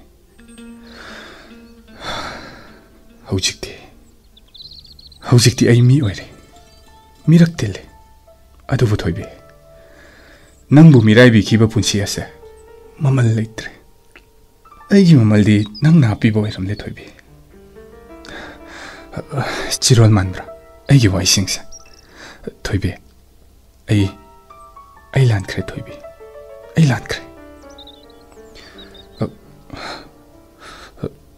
ꯋꯥꯍꯩ ꯑꯃꯠꯇꯗꯤ ꯍꯥꯏꯌꯨꯗꯅ ꯀꯔꯤ ꯍꯥꯏꯌꯨ ꯍꯥꯏꯕꯅꯣ ꯊꯣꯏꯕꯤ ꯇꯥꯏ ꯍꯥꯏꯃꯠꯇꯗ ꯅꯪꯕꯨ ꯌꯥꯔꯣꯒꯕ ꯍꯣꯏ ꯃꯇꯝ ꯈꯔ ꯄꯤꯌꯨ ꯉꯁꯤꯁꯨ ꯍꯌꯦꯡꯁꯨ ꯏꯅꯥꯛꯇ ꯂꯥꯛꯄꯗꯤ ꯌꯥꯗꯦ ꯌꯥꯔꯕ꯭ꯔꯥ ꯀꯌꯥꯝ ꯀꯨꯏꯅꯅꯣ ꯇꯥꯃꯣꯆꯧ ꯊꯣꯏꯕꯤ ꯅꯪꯒꯤ ꯅꯌꯨꯝꯗꯨꯗ ꯑꯩꯅ ꯀꯔꯝꯅ ꯂꯩꯒꯅꯤ ꯊꯣꯏꯕꯤ ꯅꯪꯅ ꯀꯔꯤꯒꯤ ꯈꯪꯁꯤꯟꯅꯗꯦ ꯊꯣꯏꯕꯤ ꯅꯪꯅ ꯑꯩꯒꯤ ꯇꯣꯜꯂꯕ ꯀꯅꯥ ꯂꯩꯖꯗ꯭ꯔꯕ ꯄꯨꯟꯁꯤꯕꯨ ꯎꯔꯨꯕꯗ ꯌꯨꯝꯗꯨꯗ ꯑꯩꯅ ꯂꯥꯛꯂꯒ ꯍꯥꯟꯅꯒꯨꯝ ꯄꯨꯄꯨꯅ ꯂꯩꯔꯤꯉꯩ ꯃꯇꯝꯗꯨꯒꯨꯝ ꯅꯪꯅ ꯑꯩꯕꯨ ꯑꯃꯨꯛ ꯍꯩꯅꯔꯛꯇ꯭ꯔꯕꯗꯤ ꯊꯣꯏꯕꯤ ꯇꯥꯃꯣꯆꯧ ꯑꯩ ꯌꯥꯝ ꯋꯥꯔꯦ ꯑꯩ ꯌꯥꯝ ꯋꯥꯔꯦ ꯇꯥꯃꯣꯆꯧ ꯀꯞꯀꯅꯨ ꯊꯣꯏꯕꯤ ꯑꯗꯨꯅ ꯅꯪ ꯑꯩꯒꯤ ꯏꯅꯥꯛꯇ ꯂꯥꯛꯀꯦ ꯍꯥꯏꯔꯅꯨ ꯊꯣꯏꯕꯤ ꯑꯩꯕꯨꯁꯨ ꯅꯅꯥꯛꯇ ꯀꯧꯔꯅꯨ ꯑꯗꯨꯝ ꯍꯥꯏꯒꯅꯨ ꯊꯣꯏꯕꯤ ꯑꯩ ꯌꯥꯝ ꯋꯥꯔꯦ ꯑꯩꯒꯤ ꯌꯨꯝꯁꯨ ꯂꯩꯇ꯭ꯔꯦ ꯑꯩꯒꯤ ꯂꯩꯐꯝꯁꯨ ꯂꯩꯇ꯭ꯔꯦ ꯄꯨꯄꯨꯁꯨ ꯂꯩꯇ꯭ꯔꯦ ꯑꯩꯒꯤ ꯀꯅꯥꯁꯨ ꯂꯩꯇ꯭ꯔꯦ ꯑꯩ ꯏꯇꯣꯝꯇ ꯉꯥꯏꯔꯦ ꯑꯩꯈꯣꯏ ꯄꯨꯄꯨꯗꯣ ꯃꯁꯥꯗꯨ ꯀꯟꯅ ꯅꯥꯔ ꯐꯥꯎꯕꯗ ꯑꯩꯒꯤ ꯈꯜꯂꯒ ꯃꯥ ꯅꯥꯏ ꯍꯥꯏꯗꯣꯛꯇꯤꯌꯦ 마기 아로이바 메컵도 봐. 아이보기 마나 깝두나 그럼 레이홍니 하이드나 싱암다는 시기에 아이 보보보는 맺고 딩기닝 싱이 아이기네 마는 남부 롱나바 생기봤어 나무서 난 보보보도 싸우기보다 보보보 싸우라가노 보보도 말 안 기다만네 말 안 기다만네 나무서 ꯑꯗꯨꯝꯅ ꯀꯞꯀꯅꯨ ꯁꯦ ꯊꯣꯏꯕꯤ ꯑꯩ ꯅꯪꯅ ꯀꯞꯄꯗꯣ ꯌꯦꯡꯕ ꯉꯝꯗꯤꯌꯦ ꯁꯦ ꯍꯧꯖꯤꯛꯇꯤ ꯑꯩ ꯂꯩꯔꯤꯁꯤꯗꯤ ꯅꯪ ꯀꯔꯤꯝꯇ ꯈꯜꯂꯅꯨ ꯁꯦ ꯄꯨꯄꯨꯗꯣ ꯂꯩꯔꯝꯂꯦꯟꯗ ꯅꯨꯡꯉꯥꯏꯅ ꯂꯩꯔꯝꯃꯒꯅꯤ ꯑꯗꯨꯒꯤꯗꯃꯛꯇꯅꯦ ꯅꯪ ꯀꯔꯤꯁꯨ ꯋꯥꯔꯨꯔꯅꯨ ꯁꯦ ꯀꯞꯄꯁꯦ ꯇꯣꯛꯑꯁꯦ ꯑꯩ ꯂꯩꯔꯤꯁꯤꯗꯤ ꯅꯪꯒꯤꯗꯤ ꯑꯩ ꯂꯩꯔꯤꯌꯦ ꯊꯣꯏꯕꯤ ꯊꯣꯏꯕꯤ ꯇꯝꯊꯤꯕ ꯏꯇꯧ ꯄꯨꯝꯕꯒꯤ ꯃꯄꯨ ꯑꯣꯏꯈ꯭ꯔꯕꯁꯨ ꯅꯪꯕꯨꯗꯤ ꯑꯩꯅ ꯀꯥꯎꯕ ꯉꯝꯈꯤꯗꯤꯌꯦ ꯐꯅ ꯅꯪꯕꯨ ꯀꯥꯎꯊꯣꯛꯅꯕ ꯍꯣꯠꯅꯔꯕꯁꯨ ꯑꯁꯨꯛ ꯀꯨꯏꯕ ꯃꯇꯝꯁꯦ ꯅꯪꯕꯨ ꯅꯤꯡꯁꯤꯡꯈꯤ ꯏꯔꯥꯜ ꯃꯌꯥꯝꯗꯨꯅ ꯅꯃꯥꯡꯗ ꯂꯦꯞꯄꯗꯤ ꯑꯩ ꯉꯝꯈꯤꯗꯦ ꯊꯣꯏꯕꯤ ꯑꯩ ꯂꯥꯟꯈ꯭ꯔꯦ ꯑꯩ ꯌꯥꯝꯅ ꯂꯥꯟꯈ꯭ꯔꯦ ꯊꯣꯏꯕꯤ ꯑꯩ ꯌꯥꯝꯅ ꯂꯥꯟꯈ꯭ꯔꯦ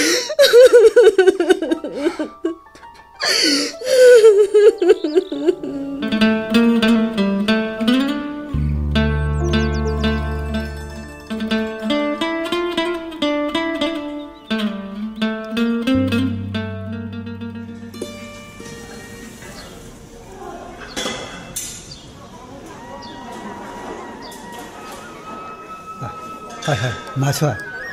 거기는 남일라니들 내가 거이러노 하미는 봐. 싹도 짜로메. 숨쟁이는 내내 시베요네. 템바 낭기 와티도 레보야. 뎀사에. 센터비세 싹싹풍 강드레미 남바. 요. 우비라 벌써. 낭남문의 영모두다 항상시 똥기버 따리베 남바. 니티야. 낭시 온통나 팔을 다 그래도고. 어이. 버리 용네. 센터비세 하페 높에 더 위는 봐. 그래. 그래. 얘기지 이거네. 아이는 파기 더니는 봐.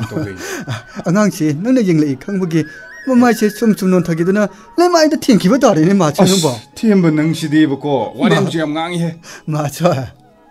까리 놈에. 센터비보 팀으로 보는 봐. 팀루리. 하. 아도 호부다 nga이지다. 예. 얌나 와리. 거기 뭐하시고? 템바. 아이 토비샤. 닝아 얌나 깔리. 예스. 마기 오이네 닝아 시대네. 아이샤. 가나나 강번호. 안가워 먹음네 셋기버셔. 마기 닝아 시나 남다나 이붕엄 기버셔 야리네. 와칼 따나 이부 아두먹 안가워 하이버도 오행 기버셔 가나나 강. 거리 봐. 하. 낭나 하이리 매암도부 거리 쇼로이노 하이바. 하. 빡 들어드나 봐. 마침 하셔시마. 템바. 마기 닝아이 템바 분이 애인 하이리시. 낭나 항복이 콤바니 가이노. 예. 낭니 붕어 와칼 따들기. 사해 밥 따봐. 하르코네 펀드 좀 따보는 거야리 남기지. 자. 그다. 뭐 카드 하러. 호렌 하이게세. 싹도 오가. 싹도 좀 두미죠. 너티. 너뭐 생바이 토비기 람다 레르더라. 님 혼로기 하리 브라바. 아이나 하이드로. 낭가마 보고마던 바랄레미네 뭐 하냐. 나임 레이바 낭나 미기를 립 게임두다 밀레팜 전도부두다 짱친 주는 레게 더리바. 타비나보 야락로 바시바. 야데다. 그럼 야가니. 예. 아이나 람헨 보이기 칼루버기니다. 시나 드라바디 가리루 파일레이 템바. 템루도이니. 야지 바보 템루도이니.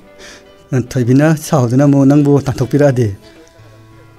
마치 아마도 좀 다신두는 레이루니. 나 꼭도 짜이는 너데 하. 싹싹 템바 야래. 나데 나동 꺄고 레이루노. 하. 더보수 아두데 좀 잘라게 하이로. ඛꯪ데다 마tam디. 더위나 사오 받지바우디 레이루가 따레다나. 안강치나 와로리버니 하이드나 너무 분치기 오나 사오 그러디 감도바. 분치기 오이나 만학다 레이루도이니. 템보다수 숭야 야드라데. 와라버 숭포포 야드라데 낭디까리 하이루더리바. 하. 거리나 떠나 센터비부 그럼 마냐 템도리노바. 능시 하이루거더니. 하. 능시 하이루거니. 능시 올루거니. 예. 낭디 멀리 토비다 뿌랑 나오레나. 능시 버부 파기로 템. 어이 맞아. 이문이 또 토비세 그런데 얘가 이내는 봐. 그래. 예. 거기 놈 하는 노이시나. 치디 레나야 menjal라면은 치디야. 하. 깜짝 니에디야. 싹싹 펑 아무도 강드래야 돼. 싹 하드네. 집은 하면 다리고. 아무 얘기는 내 그래네서. 빠리야. 안강시 싹싹 펑 강드래면 낭부 징비로 누가 더러겨. 야, 안강시 이까이 그래. 아마이시 각상강 그래 넘버. 템바. 시부 아이니 yen거. 뭐 톰도 yen지 기분이 로리. 와로레고. 샤오 보부. 아숙 샤티바. 낭누 와로 보부. 아이나디 오이나나 또 오이나 우버거. 샤오라바수 능시. 와로 크라가나 헤나 능시. 오이나락라가나 타무이 람헨 바시나 감다우바. 아이나 가리 오이바. 낭부 템바부 asuk wahan bako. Toibe. Nangbu sawa pharoga ba. Aigi mit yengi marol nangna ubiyu ba. Seranarubu khongthangsina ngasidi nangi maikai tamna lakliba. Nangna changjafam piyu ba. Sawa pharo. Warobu pharo. Tamoina nukshi hairiba. Tamo chogi thoibi 야로바. 능부 야로가바.